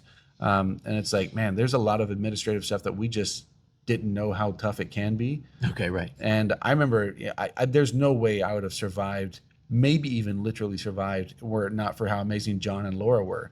Okay. So whenever we finally, made the sell, we switched hands, we took over. John and Laura remained like right there as often as we needed them just to help out. And there were a couple times where it's like, we didn't have payroll set up initially, and I was like, John, can you help me with this, please? Yeah. And John, so super nice. I know. Just incredible. I don't know people, them really well, but every time I talk to them, it feels like we just know each other. We've been going here for forever, but we don't talk a lot. But when we do talk, they're so friendly. Yeah, it's absolutely, and it is an understatement just to say they're nice people. It's like they are truly remarkable people, and it's like this would not have been possible, without them. Like it would have burned immediately after we took over. Okay. And so, I could not be more grateful for just the network of people inside here too. It's like, there are a lot of people that have been here from the beginning, and they're like, hey, Sampson, if you ever need someone just to teach a class or sub in for a coach, something like that, anything at all, even if they're, people are like, hey, if you just need someone to come in and clean, just let me know. It's like, I'll be more than happy to. And I'm like, man, that's the tough thing too, is like, figuring out how to utilize all of these people who want to contribute without feeling like you're taking advantage of them. It's like, man, you guys I see. pay memberships and you want to clean and stuff. It's like, that's so weird. Like, Yeah. I want to come in and spend, and I start my days at 3:30 or 4 o'clock in the morning every day. And I saw your Facebook post. yeah, I post 3:30. my watch online and everything, and just a quick little message for myself, like get up, work. Success doesn't care how tired you are and everything. And it's like I usually start the day around 4 o'clock in the morning, and then I'll finish at 10:30 or 11 o'clock at night. And You're in bed. You're asleep right away. How does that work? Yeah, immediately. Because you woke up at 4 o'clock. Right. Yeah, that was. I remember there was the old joke, like someone was asking, like, how do Marines fall asleep so quickly? And they're like, oh, it's really impressive. It's like you just wake up super early, run 12 miles, do 1,000 push-ups throughout the day. I was like, it's super simple. When you finally lay down and get back to the barracks and stuff, it's like, yeah, you're gonna fall asleep pretty easily. And I was like, When you're physically tired. yeah, it's like when you wake up early and you just use every minute in the day. I mean, you know this too. It's like once you get into like parenthood, it's like you start realizing how much there is to do, and it's like if you do all of it, and you can sometimes, like you are making a huge sacrifice of your own comfort and well-being. Exactly. And I mean, but it's for the good of our children or our spouse, tired. and yeah. What do you think your ultimate dream as of now for this place is? Are you kind of there now? Man, no, Or do no, you no. have like any kind of Yeah, we kind of we're super optimistic. Like, this is we wanted, the initial idea was just like, hey, can we help take care of this place? John is incredibly busy. He's got another business. They're doing this project here. Doing this over here, and so the main goal was like, okay, John has kind of entrusted this legacy of his to us, so we don't want to screw that up. And so it's like the first kind of priority was just stay the course, tighten everything down, keep it clean, keep it working. And we did that. And of course, like attendance, grew. The gym is doing fantastically well. But then we're like, man, we kind of want. There's some stylistic things, almost like in the building, the environment, that we would love to do differently. But we also don't want to change this place from what it is. And so it's like maybe we just work really hard, and Lord willing, we'll be able in a few years to open up another location or something like that. I was like, and then we'll get to kind of realize a different vision for that place. And it's like, there will always be some place for you, regardless who you are. It's like some people want maybe a more formal place. There's a cool YouTube channel called Art of Jiu-Jitsu. And it's like, you look at that, they got white walls, white mats, everyone's in a white gi, they got black spats, underneath their pants and stuff. I was like, it's so beautiful, just that consistency. You have the little, green plant kind of strategically placed throughout the gym to kind of break up the whiteness. It just looks like it's training scene out of the Matrix. Right. I was like, I love how beautiful that looks. I was like, but that's not our gym. Like our gym, Exactly, right, kids right. have, dinosaur gis and stuff like that. And it's like, and we tell parents when they come in, it's like, tie your belt however you want to tie it. You can buy our gi here, or you can go online and buy a Nintendo gi. I don't know, whatever you buy. It's like, it's Well, cool. that's what makes the place unique. It's Yeah. such a family atmosphere, right? Yeah, so it's welcoming. so relaxed and stuff. And so it's like we might try something, different in the future with another location, make that a different, more formal type of thing. I see. But it's like here we want to keep this pretty much unchanged, keep it what it is, because it's clearly worked really, really well. Yeah. So it's like there's a gym for everybody, man. It's like I look around. That's why I love this whole series that you're doing. It's like there are gyms all over the place, and you talk to some of those guys who've been for a couple decades in this area doing jiu-jitsu, and it's like this was kind of like a Cambrian explosion of sorts, where there was just nothing here a couple decades ago. And it's like, I talked to John, and John would be like, man, if we wanted a purple belt, we'd have to drive 80 miles or something, drive out of state over into Alabama to Well, find. that's exactly what Trey said yesterday, is that he had to go to Atlanta or to Alabama Right. to train with the, blue, purple or black. Yeah. Yeah, and it's like you look at it today, and it's like, there's half a dozen, if not more, gyms in the area now. You're right. And I think that's incredible. That's wonderful. you know, and I love the camaraderie that exists between many of them too. It's like when I started training here with Ryan in the mornings, you know, it was Monday, Wednesday, Friday here, and then Ryan was teaching over in Pace Gracie Tuesdays and Thursdays, and he's like, hey, if you are a member at the academy, you can come train over in Pace Gracie on Tuesday and Thursday morning as well, and vice versa. And so we had guys from Pace coming over here Monday, Wednesday, Friday, and we were all going over there Tuesdays and Thursdays. Yeah. And I was like, this is awesome, man. And it's like, there's something for everyone. You know, there's coaches that can talk to you, can communicate in your style. There's coaches that, you know, teach, you know, as I was talking about that kind of the broad different ways in which people play this game. There are some coaches that maybe speak your language, your body language a little bit better than others. Yeah. I was like, I love that it's all here in the Panhandle, man. It's like, You have some guest instructors sometimes as well, right? That's yeah, pretty cool. there's some cool people. I know that the like Adriano Lucio is a big guy. He's from Itacoatiara in Brazil, and he's one of those guys that was kind of here at the start, kind of planted the seeds in the Panhandle, you know, decades ago. And so you'll see a lot of the guys that are, you know, teaching and have their gyms today, like they have some affiliation or connection with Adriano, you know, or these, you know, Seneca and these guys that came here early on.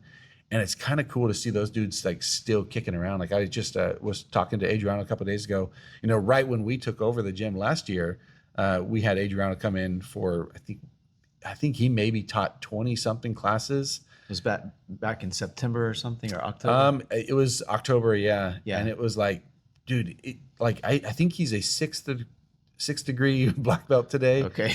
And I was like, and he's such a phenomenal instructor, and Yeah, he's super still nice. super Met him a nice. couple times. Beautiful ears. I don't know how you go that long in this sport. Like my ears never blew up. I'm very thankful for that. But it's always a wonder when I see other people who've been in it, you know, for decades and everything's still good. Beautiful ears. I said beautiful ears. And so, but he's just a phenomenal guy. And, you know, there's so many dudes like that. You know, I mentioned we had Guto came in, was the first coral belt I ever met in person.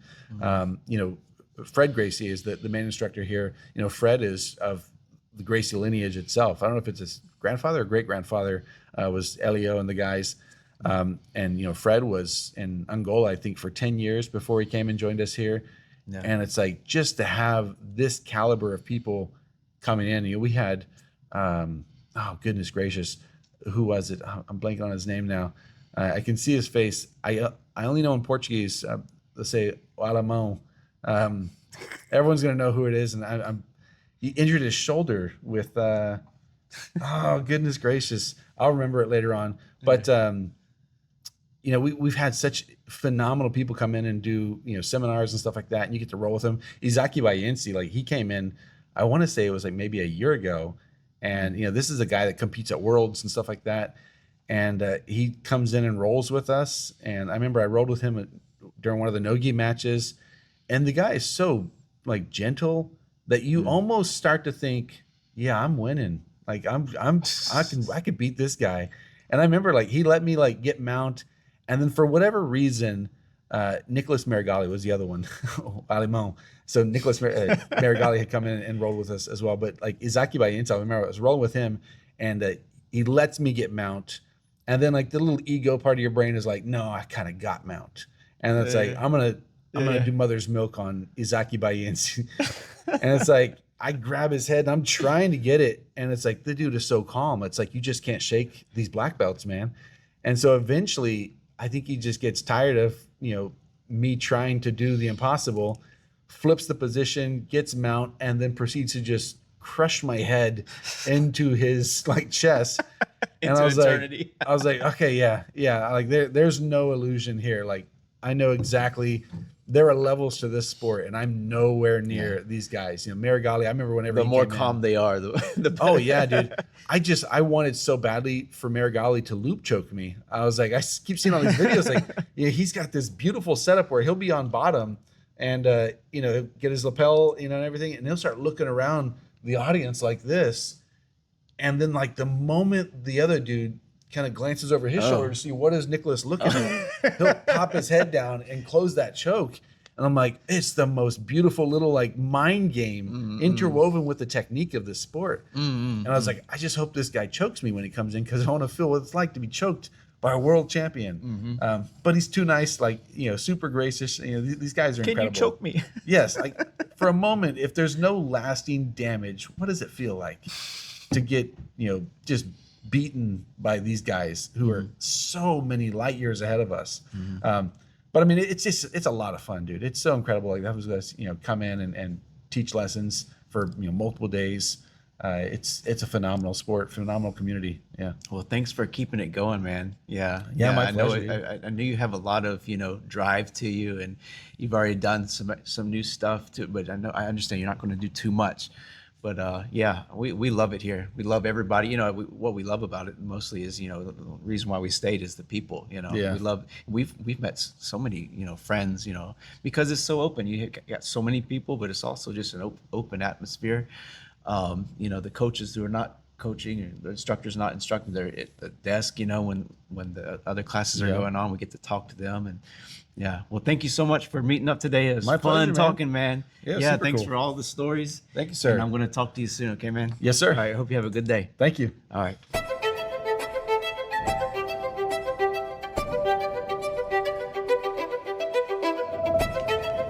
Hey, Tony, how's it going? Hey Cody, how you doing? Doing good today? I'm doing great. Good. Well, can you tell me the name of the gym and just everything about it, location? Yep. So we're known as Gracie Downtown. We're Team Hopkins BJJ. What was your other question? The location. Location. Yes.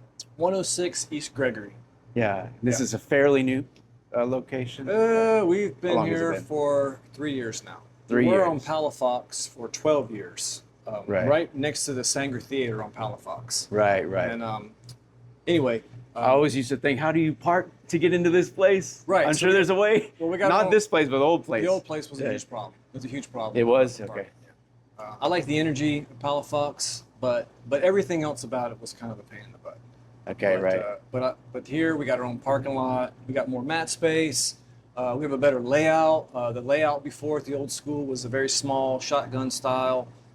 You open the door and you were almost standing on the mats. Okay, So people were right. walking off the street, and they would check the place out, and they're like, they're standing on the mats with their shoes or whatever. And Yeah. anyway, it was just trying to check the place out. yeah, and the bathroom was also in the training area. So you would walk from the mats to the bathroom door, Yeah. go yeah. in the bathroom, and come out of the bathroom right back out into the training area. And I wasn't a big fan of that. So at least this place, we sort of got to build it out. Yeah, this kinda is like a normal jiu-jitsu academy. well, in feng shui, you come in and kind of this guides you Right, through the right. place, and this separates us from the training area. And I stole this idea from a school in Dallas, Texas. It was Moeller MMA and Jiu-Jitsu.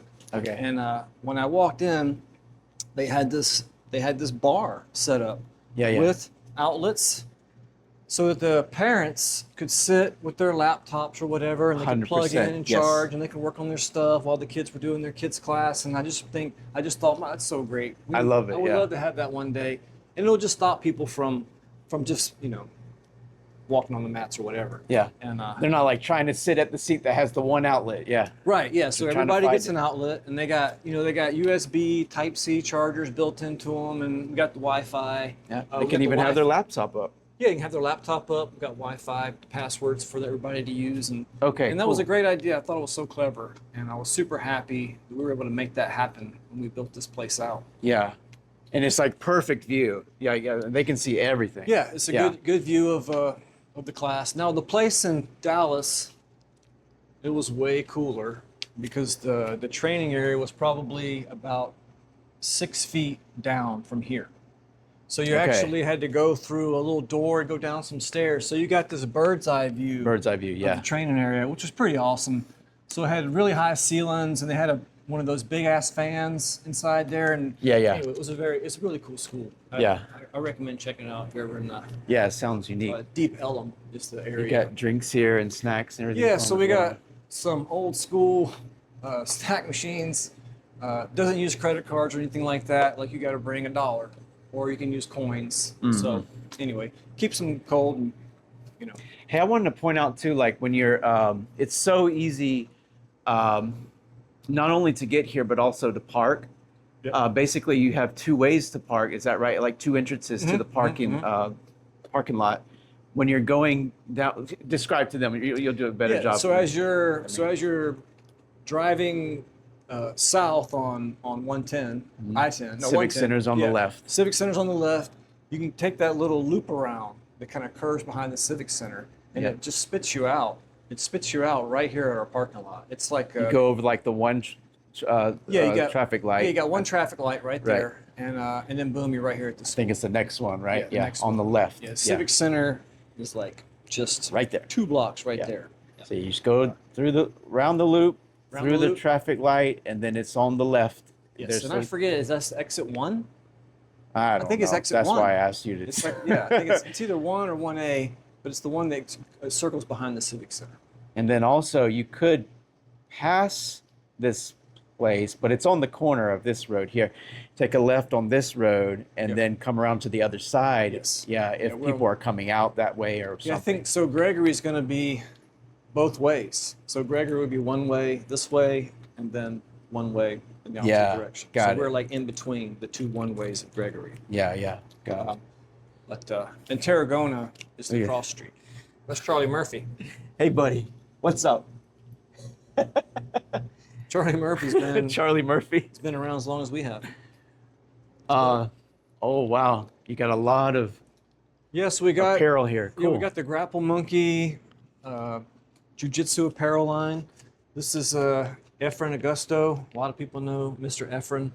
He's a wrestling coach at Tate High School now. Okay, And, got it. And like I was telling you before, the Grapple Monkey brand was based on his son Julian, who was the Grapple Monkey. And Okay. yeah, he does all kinds of stuff. He has a website too you can go to. Yeah. If there's something Cool logo, huh? Yeah, if there's something that you like and maybe we don't have the size here, you can order off the website. Okay, they Or got you a can- website. Or as you well, can yeah. even just message him. Cool. like. A lot of stuff. Yep. Huge mat, plenty of room. Yep. So we got the Dolomer. We have the tatami, the new tatami texture rollout Dolomer mats. I'll be honest with you, I was hesitant about doing the tatami because I don't know if you know the difference between the regular and the tatami. I don't know. So the regular, like the wall mats, they're very smooth, and the tatami has like a grippy texture. Okay. And I guess my idea, well, the new tatami is less textury is the word, than the originals. So the originals, I definitely felt like hip escaping and everything seems a little grippy. Yeah. But I figured it would help with like sweat when it gets slippery. It might give us a little more grip. So I decided to go with it. Kind of an in between. It's like an in between. So they're a little less textured than before. Correct. But Is that like a certain version, or is like the new versions that way? I don't, unless they got a newer version since then. This Okay. would be the latest version. that they Latest have. version. Got it. But I would just go ahead and tell you, in no-gi, once it's a lake, it doesn't matter. You're slipping around, it just doesn't matter anymore. Yeah. After a while, right? I don't know- What are the types of classes you guys have? You have kids that go here as well. Yeah, right? so we do a 4 to 7-year-old little kids class. That's a short like 30-minute class twice a week for those guys. And then we have a regular kids class, which is be 8 to 13 years old. We do a beginners and an advanced. And that's every Monday, Wednesday, Friday. I think the beginners are at 4 and the advanced kids come in at 5. Okay. And then we just have adult classes scattered Yeah. all over the place, every night, every So day gi at and lunch. no gi, both. Gi and no gi. We're just about half and half on gi and no gi at this point. Okay. Monday is all no gi. It's no gi in the daytime. It's no gi at nighttime. Tuesday and Wednesday are gi classes. Thursday is no gi classes. And then Fridays is just open mats. Okay. Fridays and Saturdays open mats. Cool. And Friday is a gi open mat. Saturday is a no gi open mat. Okay. Got And it. if you want to take I Yeah. have this schedule right here. If you want to Yeah. Show it. If someone just wanted to whatever. Somebody wants a screenshot. That's what I do. I have people just take a picture with their phone. Yep. Because we're in the process of getting a new website that'll have a schedule that I can go in and edit it Edit it. Right. live. So if anything changes, we can do that. But Is this all the instructors up here? yeah, All the black so belts? well, yep. So these are all the students that started with us as white belts that are now black belts, Wow. and it's quite That is quite a lot. few. That's amazing. It is quite a few. 4, 5, 6, 7, 8, 9, 10, 11, 12. About 15, 16, something. Yeah. We also have a ladies class, and I think this is pretty cool. I think we're the only ones that do this. Is if you train at the school, your mom, your wife, your girlfriend, your sister, your niece can all come to our ladies class for free. Really? Yes, 100% Okay. free, anytime, for anybody's ladies in their life. Wow. Wow. Because I just really want them to learn some grappling skills. That is really And we're cool, not- man. And yeah, so even if like if the kids in the kids class, I come by and I mention to the moms, oh, by the way, if you want to come to our ladies class, you can, because your child trains So here. even if they're kids going, Even if the kids come here, it doesn't matter. that's so cool. They can man. do our ladies class for free. So we started that a couple months ago, Yeah. and so I'm just trying to tell everybody, like, don't Neato. forget, it's free. They can come for free. And when is it? It's Tuesdays and Thursdays at 4:30. Okay. Cool. And I have to remind you. Is of it that. gi or no gi? Well, eventually it'll be some gi, but to start out, we just wanted to get them interested in it. Yeah. So it's not really So necessary. it's like to- not required to It's buy not a gi. required. Yeah. But I think after they kind of get into it a little bit, they like to do gi on Tuesdays, and then they do no gi on Thursdays. Yeah. So You want to tell them eventually- like the difference? What does no gi mean? Just in case somebody. Well, doesn't I'll show know. you. No gi just means So- you don't have to buy a gi. Yeah, no gi. So the, don't you know use a the gi. If you don't know what does gi mean? Yeah. So the kimono, or like a uniform. So this would be what they call the gi, or some people call it kimono. And then no gi. You get, again, now no gi is specific. So you would have a no gi rash guard, typically. And not only is there a uniform for no gi now, but now the rash guard is rank based. So if you're a white belt, you Okay. wear a white. If you're a blue belt, you wear a blue. Or you could just wear whatever rash guard you like. I don't really care. Shorts. Shorts could be, well, we're always thinking about the mats as well. So we don't want like zippers or belts or belt buckles or any kind of crap like that. So usually you got some like grappling shorts that don't have anything on them that could cut the mats or Got scrape it. them or do whatever. And almost all this stuff is like a wicking material. Got it. Got it. Under Armour That- stuff, surfing rash guards, board shorts. A lot of times is fine for no gi attire. But most of the ladies, in fact, I recommend everyone wear like some leggings or some spats, because the mats can be brutal.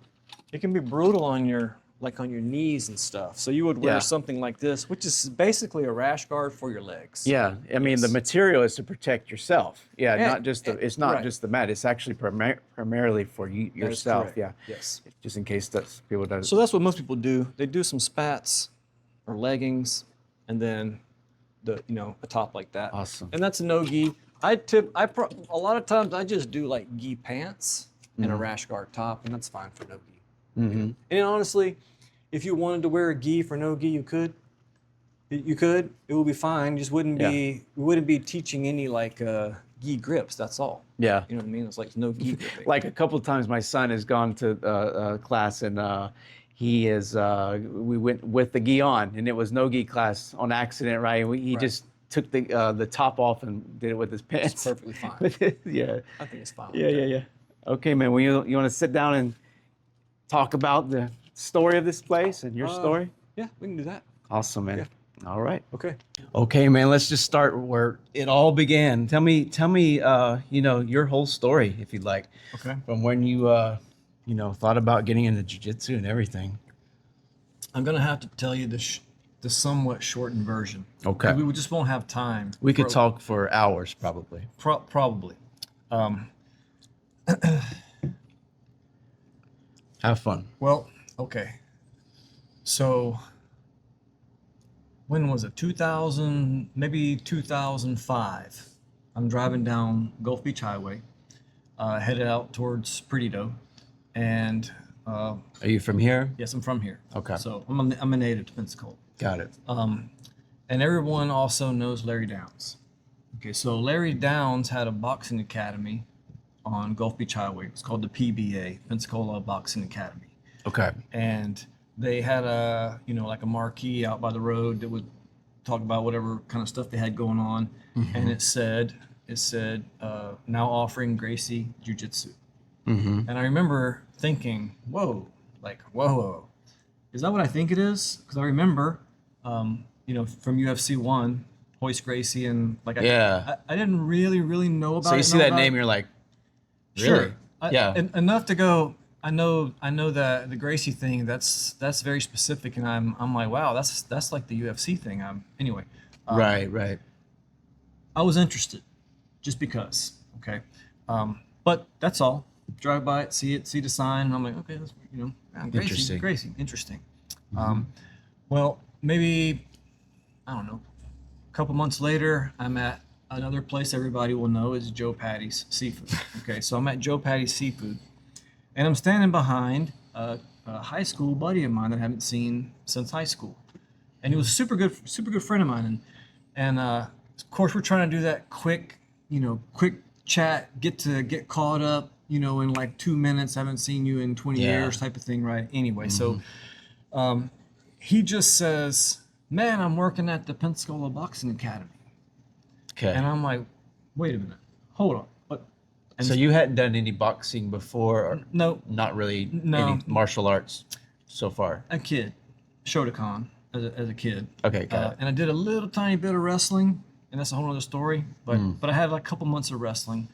But anyway, so we got caught up really fast, and he said that he worked at the boxing academy, and I said, hey, you have the Gracie Jiu-Jitsu there, and he's like, yo, God. So he's just telling me about it and how crazy it is, and this guy that they got in there, like he's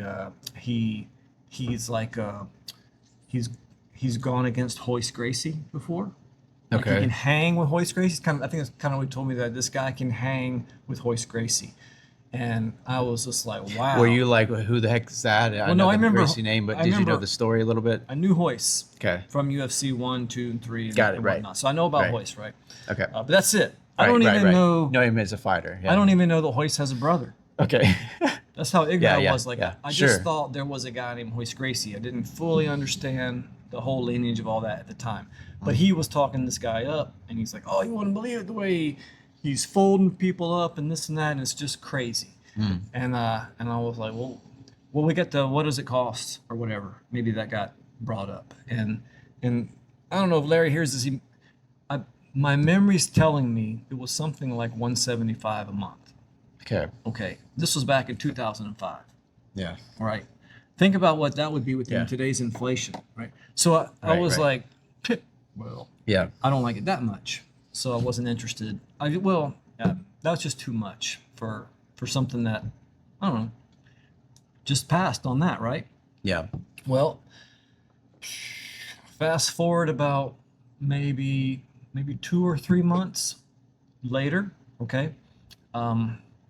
I had my first run-in, like a real run-in with someone with like some serious mental health issues. Okay, a very good friend of mine was my next door neighbor.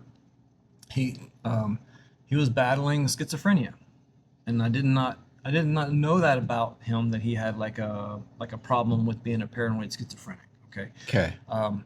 Well, and this is the part I'll just shorten this, okay? Several things happened, and he was having like an episode, right? Like he started to and I don't know if he was on medication, he got off his medication. I'm not really clear about what was like the catalyst for him just like kind of losing his mind, right? He's your neighbor, right? My neighbor, right? I knew something was weird. I knew he was saying all kinds of weird stuff.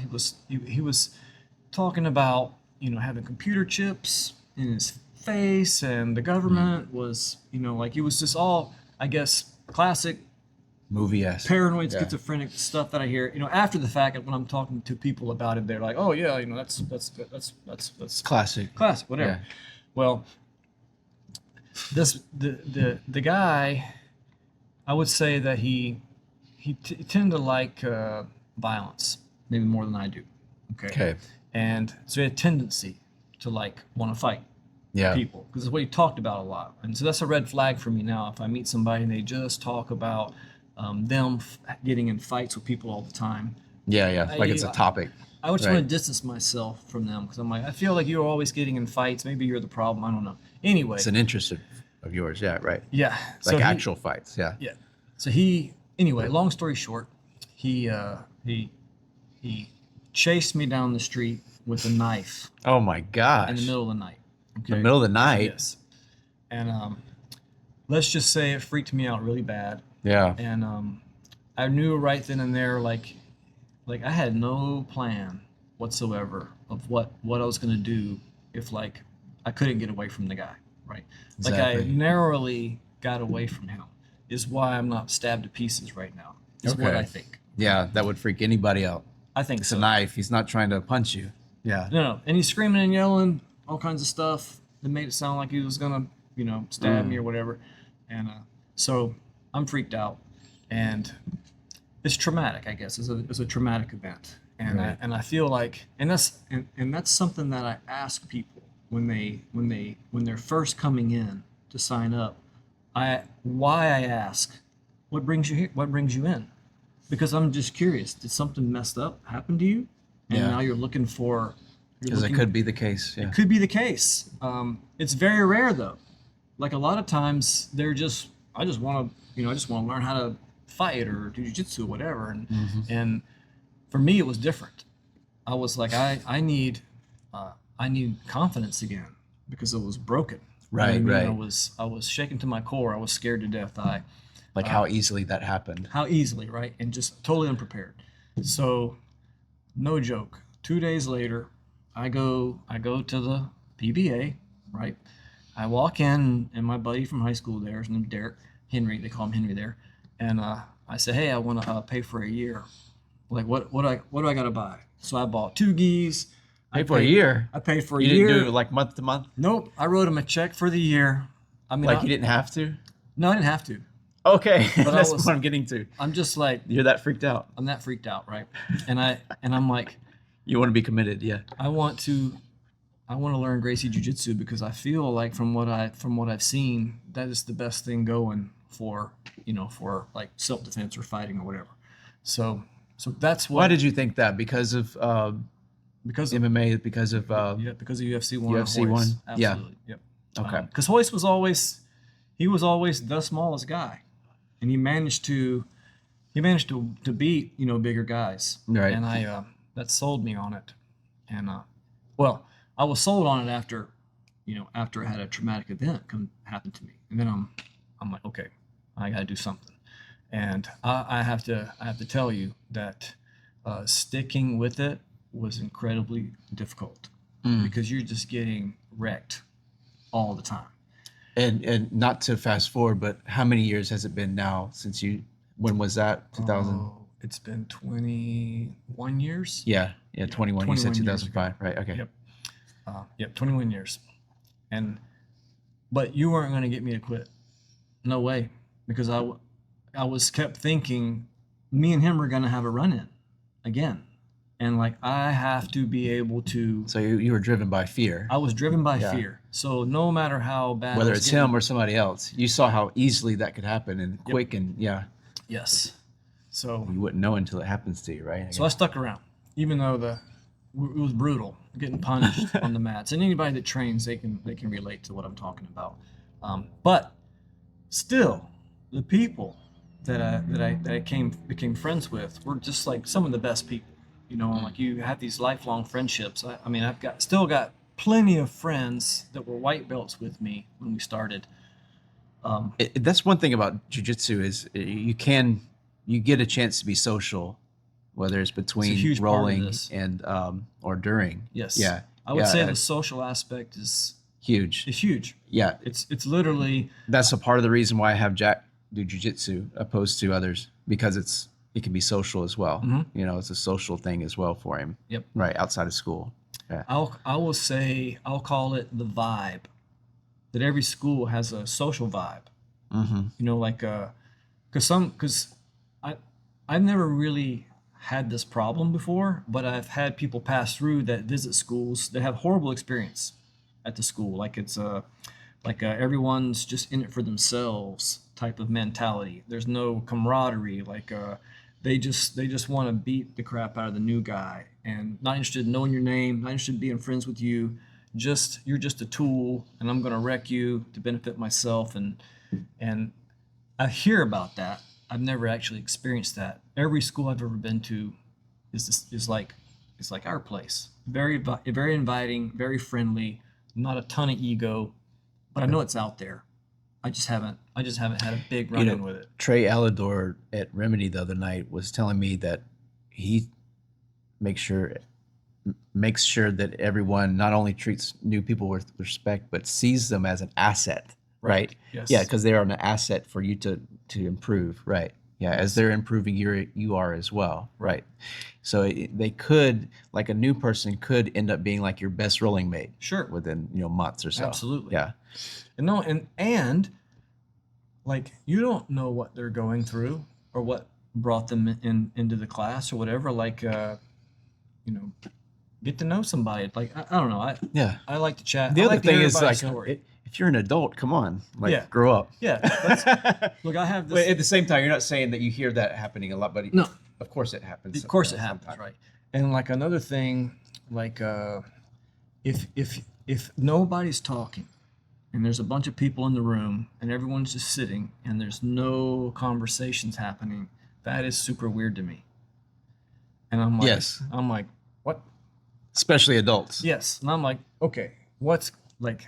Yeah, something going on. Something going on. So I'm just gonna and just start. I'll just start a cross conversation going just right then and there because I feel like I know what it is. It's usually nerves. Right, Guys are right. nervous. That's what I was about to say. I gotta go back to my white belt days when you go in there and you're just showing up Intimidated. wondering who's gonna beat me up today. Or am I gonna be able to beat anybody up today? And that's kind of what's on your mind a lot of times. And you just got these nerves. Kind of preoccupied mentally. Sure. Whereas Yeah, I'm you're not thinking social. right. I'm at a different place now. Yeah. Where I'm like, what are you worried about? We're all gonna have fun and laugh, and it's gonna be great. But I get it. You've got nerves because you're new to this. So that makes sense to me. Well, anyway, that's my job to bring the calm, right? I'll be smiling and make this not so bad. That's all. Even though it's gonna be bad, at least we can laugh and smile and have a good Mentally time. be there Yeah, in, yeah, in a happy place And or a comfortable and place. Once we get everybody talking, people just start getting more relaxed, and they just feel better generally after like just having a nice Just chat. like anything, you'll do better. You'll Yeah. perform better. You'll learn better. Right. So I'm a big So fan what of that. happened? Then you stuck with it, and then how did How you get led to here? So that was it. I'm never quitting, right? Because I have fallen in love with jiu-jitsu now. Oh, I almost forgot. The guy, right? The schizophrenic guy. Okay. He started training jiu-jitsu at one of our schools. Yeah. And the one in Mobile. That's a surprise, right? Yeah. Big time. So when I go in, I'm a blue belt now. And back then, to be a blue belt was pretty cool. In fact, there was only a few purple belts. That's it. That's who Really? was, Okay. That's who was teaching back then in this area was a purple belt. I think maybe Academy had a guy who was a purple belt. Like that was like the highest ranking guys at the time was purple belt. So to be a blue belt was kind of like a big deal. So I was one. Okay, and when I showed up at the school, everybody knows me at the Mobile school, and they're all like, "Hey, Tony, blah blah blah blah," and they're just kind of, and I look and I see that he's there. Did you run out the door? Well, no, because what's weird was, like I said, me and him were good friends. Like we were good friends. We were neighbors. We were into Got drag it. racing together. We worked on our cars together. We did a lot of stuff together, right? And so there was no closure after the incident. So what ended up happening there was we got to see each other. He got to apologize, and in a way that I could see it in his eyes that he was truly sorry about what happened. So Okay. that freed me. It freed me of always looking over my shoulder because I'm still looking for the guy. Remember, I'm training jujitsu because me and him are going to have a fight, right? Because I'm thinking he's still after me. So after that day, So it really was traumatic for you. Yeah. Traumatic 100%. event. Every yeah. day I was looking for him. Yeah. I'm assuming that he's going to be Subconsciously, at least. Yes. Yeah. So after that day, I didn't have to anymore. So it was a. Oh, that's a good lesson. Facing your fears Man. oftentimes makes it go away. Yeah. So then now I'm just about jujitsu now, and now that's over with. So, but I'm still in it to win it now because it's wonderful. I like it. I like the people, so I'm here to stay. How long was it between that incident and then when you met him the second time? Or when you met him at the About place? 3 years. 3 years. Okay. 3 yeah, years, yeah. yeah. Okay. That's a long time to be going through that. Yep. No Yeah. doubt, right? No doubt. So that's why I'm super sympathetic to anyone who is going through some trauma Yeah, similar to that. you know what I lived mean? it. And I have several females come through that have had, males do traumatic things to them, and that's and those are rough. But anyway, mostly it's women that something happens to, and they'll come through looking for confidence or whatever. So anyway, I'm sympathetic to that for sure. But yeah, so we were like a lot of places where I feel like jiu-jitsu schools were just kind of moving around, right? Like you're using a space at somebody's place, and when they're done with aerobics, then you can go in there and do your jiu-jitsu class or whatever. Like at the Pensacola Boxing Academy, right? They have a lot going on there, and at 9 o'clock they close. We're closing. You got to get out. So it was always, we never got to have our own place. Well, we ended up getting this spot on Palafox like in 2010, and that was going to be our own place that we had. And then we could stay and train as late as we want. We could come in as early as we want. We could just do whatever we wanted. And that was like super great for us to be on Palafox, have our own school, and just get to do it as much as we want for as long as we want. And that's the school that I ended up taking over, Okay, got it. because as I told you before, the instructor That that was we had this there, as well. Same entity. Yes. Yeah. Yep. The Team Hopkins school, right? Yeah. Which I got to talk about him as well, Alan Hopkins, the founder of Team Hopkins. But so anyway, I took over the school in like 2012, I believe, is when I Okay. took over the school as a purple belt, right? Which is funny because everybody was learning from a purple belt. But I took over the school as a purple belt, and we just been rocking and rolling ever since. Okay. Yeah, it's just been a journey that I have no regrets, and I loved every minute of it. And Tell me about met the so many Gracie people. connection okay. with the school. Yeah, so we're our nickname is Gracie Downtown. We were in downtown, and we did Gracie Jiu-Jitsu from Pedro Sauer, who got his black belt from Hickson Gracie, who trained directly under Elio Gracie. So all the jiu-jitsu that I was raised on was from them. So it was all, it was Gracie based, heavy on the self-defense.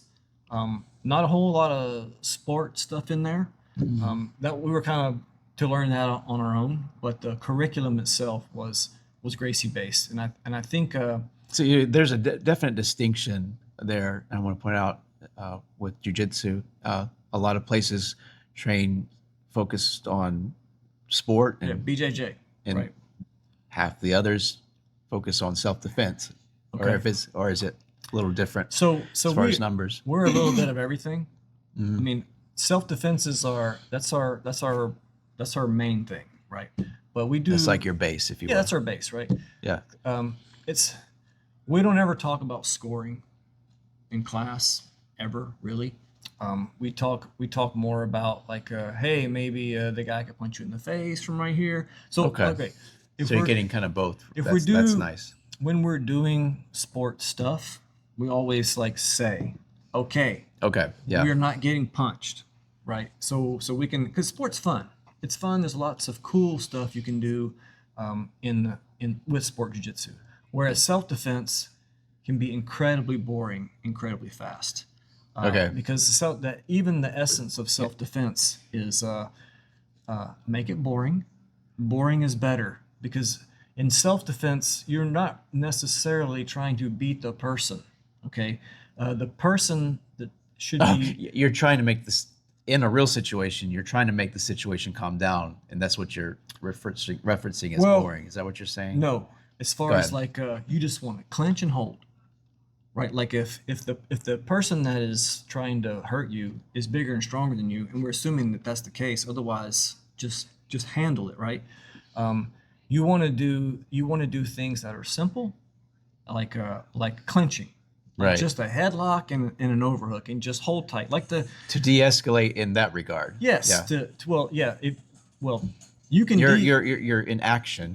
You're acting upon the situation. you right? can de-escalate when you're in a dominant position, right? Or when you're underneath somebody and you're just trying to survive, okay? And you're trying to survive the encounter. That's the main thing. I'm never telling anybody, hey, I'm gonna have you so that you can beat somebody up. What I'm gonna have you is I'm gonna make it so that it's very hard for somebody to beat you up. Does that Right. make sense? 100%. Okay, Yeah. you're gonna Yeah. be difficult. You might not even be able to hurt them, but You you're, might not even be able to hurt you're them. just trying to make sure you don't get hurt. You're trying to make sure you don't get hurt. Yeah. And we have this saying called delay the loss, right? So what if Yeah. just buying some time is all that you needed, right? So we can do stuff to buy time. I can't guarantee that you're going to flip them, get on top of them, arm bar them, all that stuff. I can't guarantee that. But what we can guarantee is like tried and true ways of clinching slows everything down. It makes it hard for you to get finished. And it's incredibly boring. Nobody wants to watch it. That's for sure. So for that reason, we do fun stuff just because. But I still think it's important that everybody knows how to just protect themselves and not just get Yeah, 100%. That's demolished. cool that you do both. Yeah. Yeah. Yeah. And you make a distinction, during class. So, tell me, what do you think is the most special part of this place? In your opinion, what do you think might make it unique to other places? Well, as far as I know, we're the only one that does self-defense. Okay. I know it gets advertised, but I don't think anybody's really doing it like the way that we're doing it. That's what makes us different. And something else that we have. In what way? Like, Well, okay, I'm going to tell a you. little bit I'm going to tell you. specific. Because I've been doing this for 21 years, I've been a black belt for 10. And in the 10 years that I've been a black belt, I can just look at something and go, man, that is just garbage. That's garbage. That's not going to work. And I can just help you from wasting your time with stuff that's not going to work. Now, I'm okay with you experimenting because you may need to do that to figure out for yourself if that's going to be a good idea or not. Because you can tell people all day long, don't do this, don't do that, and they'll still probably go and do it. And that's just the way sometimes to learn. But you're making sure you're being as realistic as possible. realistic and simple. Like Yeah. like I can extrapolate like It doesn't have to be complicated and complex if simple is what does a better You job. show me a complex move, and I will show you the concept that makes it work, and just tell you about the concept. And you don't need to know the move.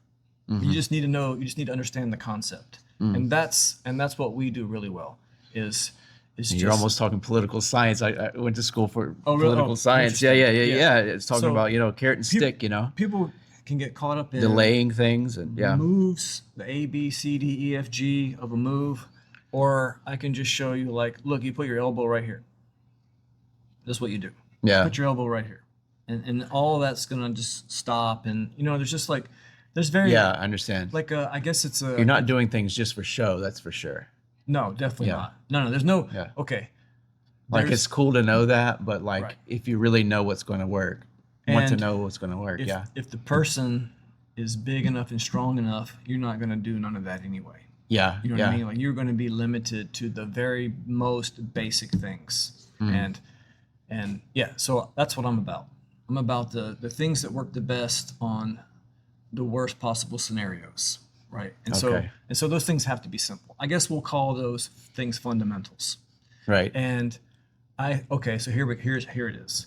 We have a very high understanding of the fundamentals, right? And Okay. like a very advanced understanding of the fundamentals, so that we can make it simple for you, I guess. Yeah, not branching out when it's unnecessary. Correct. All the time. Not making it complicated when it doesn't need to be complicated, right? I'll stop people all the time and go, "Man, you're doing too much.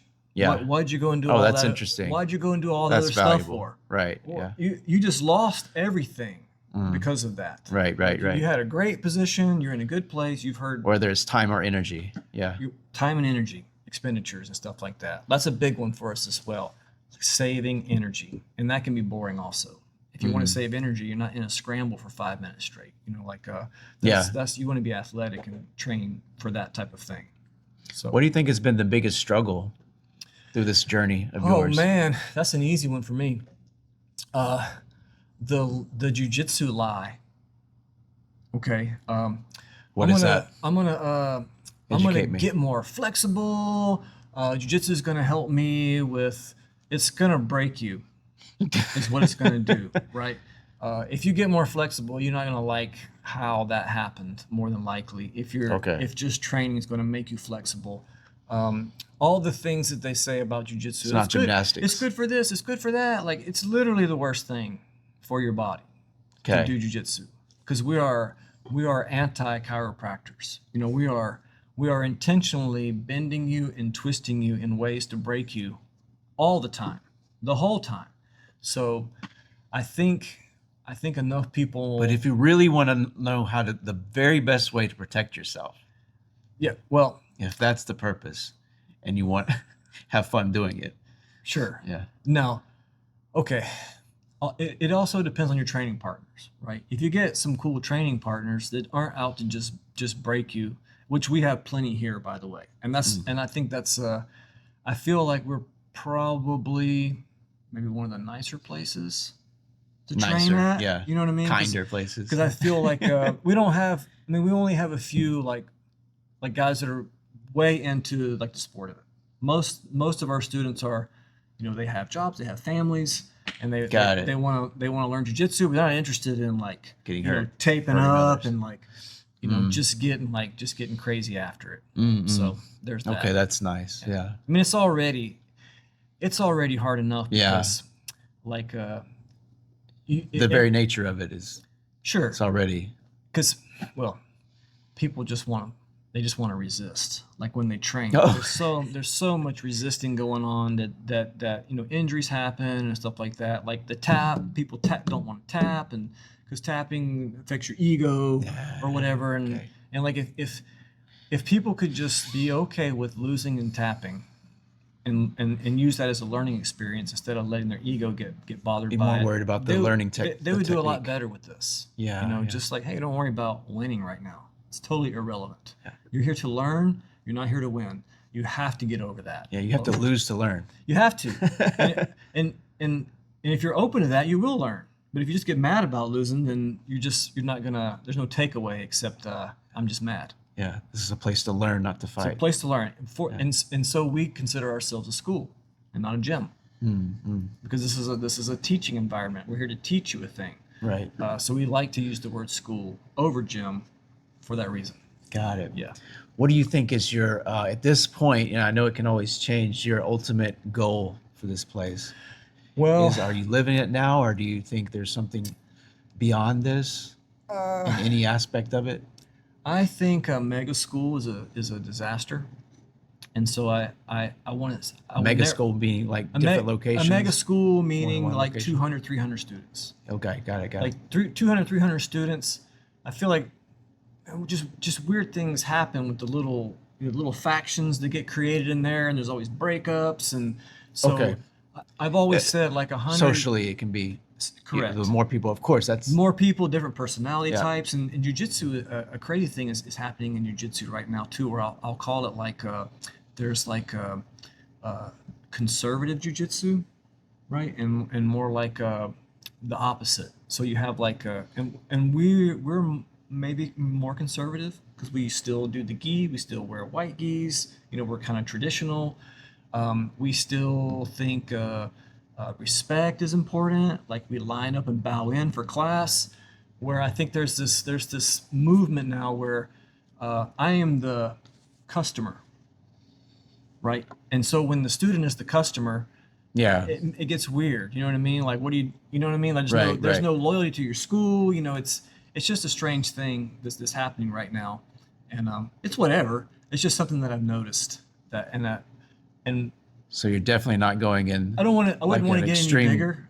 I wouldn't want to get any bigger than this. Like, I think we have a good size school. Yeah. If I could change anything at all, I would. I miss like we don't have any windows here, you know, and so I kind of miss natural sunlight. Did you have that at the other place? Yes, we did. Okay, Yeah, got it. the Got it. huge The one door's whole open right one now. whole wall was a window, right? And I missed that. But that's it. Do you keep the doors open a lot? You got that When- one door when open. the weather's good. Yeah, right, When right, the right. weather's good. It's about But to be that's good. about it. Yeah. I love the I love the layout. place, man. I mean, it's beautiful, really. Mm-hmm. Yeah, it's clean. You got everything you need. Yeah. Yeah. So Do you think this is a perfect size? I feel like it's a good size I do. Yeah. for the size of the place. yeah. For the size of the number of people you Yeah, have. we can you wouldn't do. want it We can bigger. have about 40 students, which is plenty big for a Yeah. class, right? Well, thanks so much, man, for taking the time today. I really welcome. enjoyed the story. It's a really awesome story. Yeah. Appreciate And it. thank you so much for all you're doing for so many people, man. Yeah, I my really pleasure. appreciate it. My pleasure. Yeah, I hope you have a good day, and I'll talk to you soon, all right? Awesome. All right, bye, Tony. Later.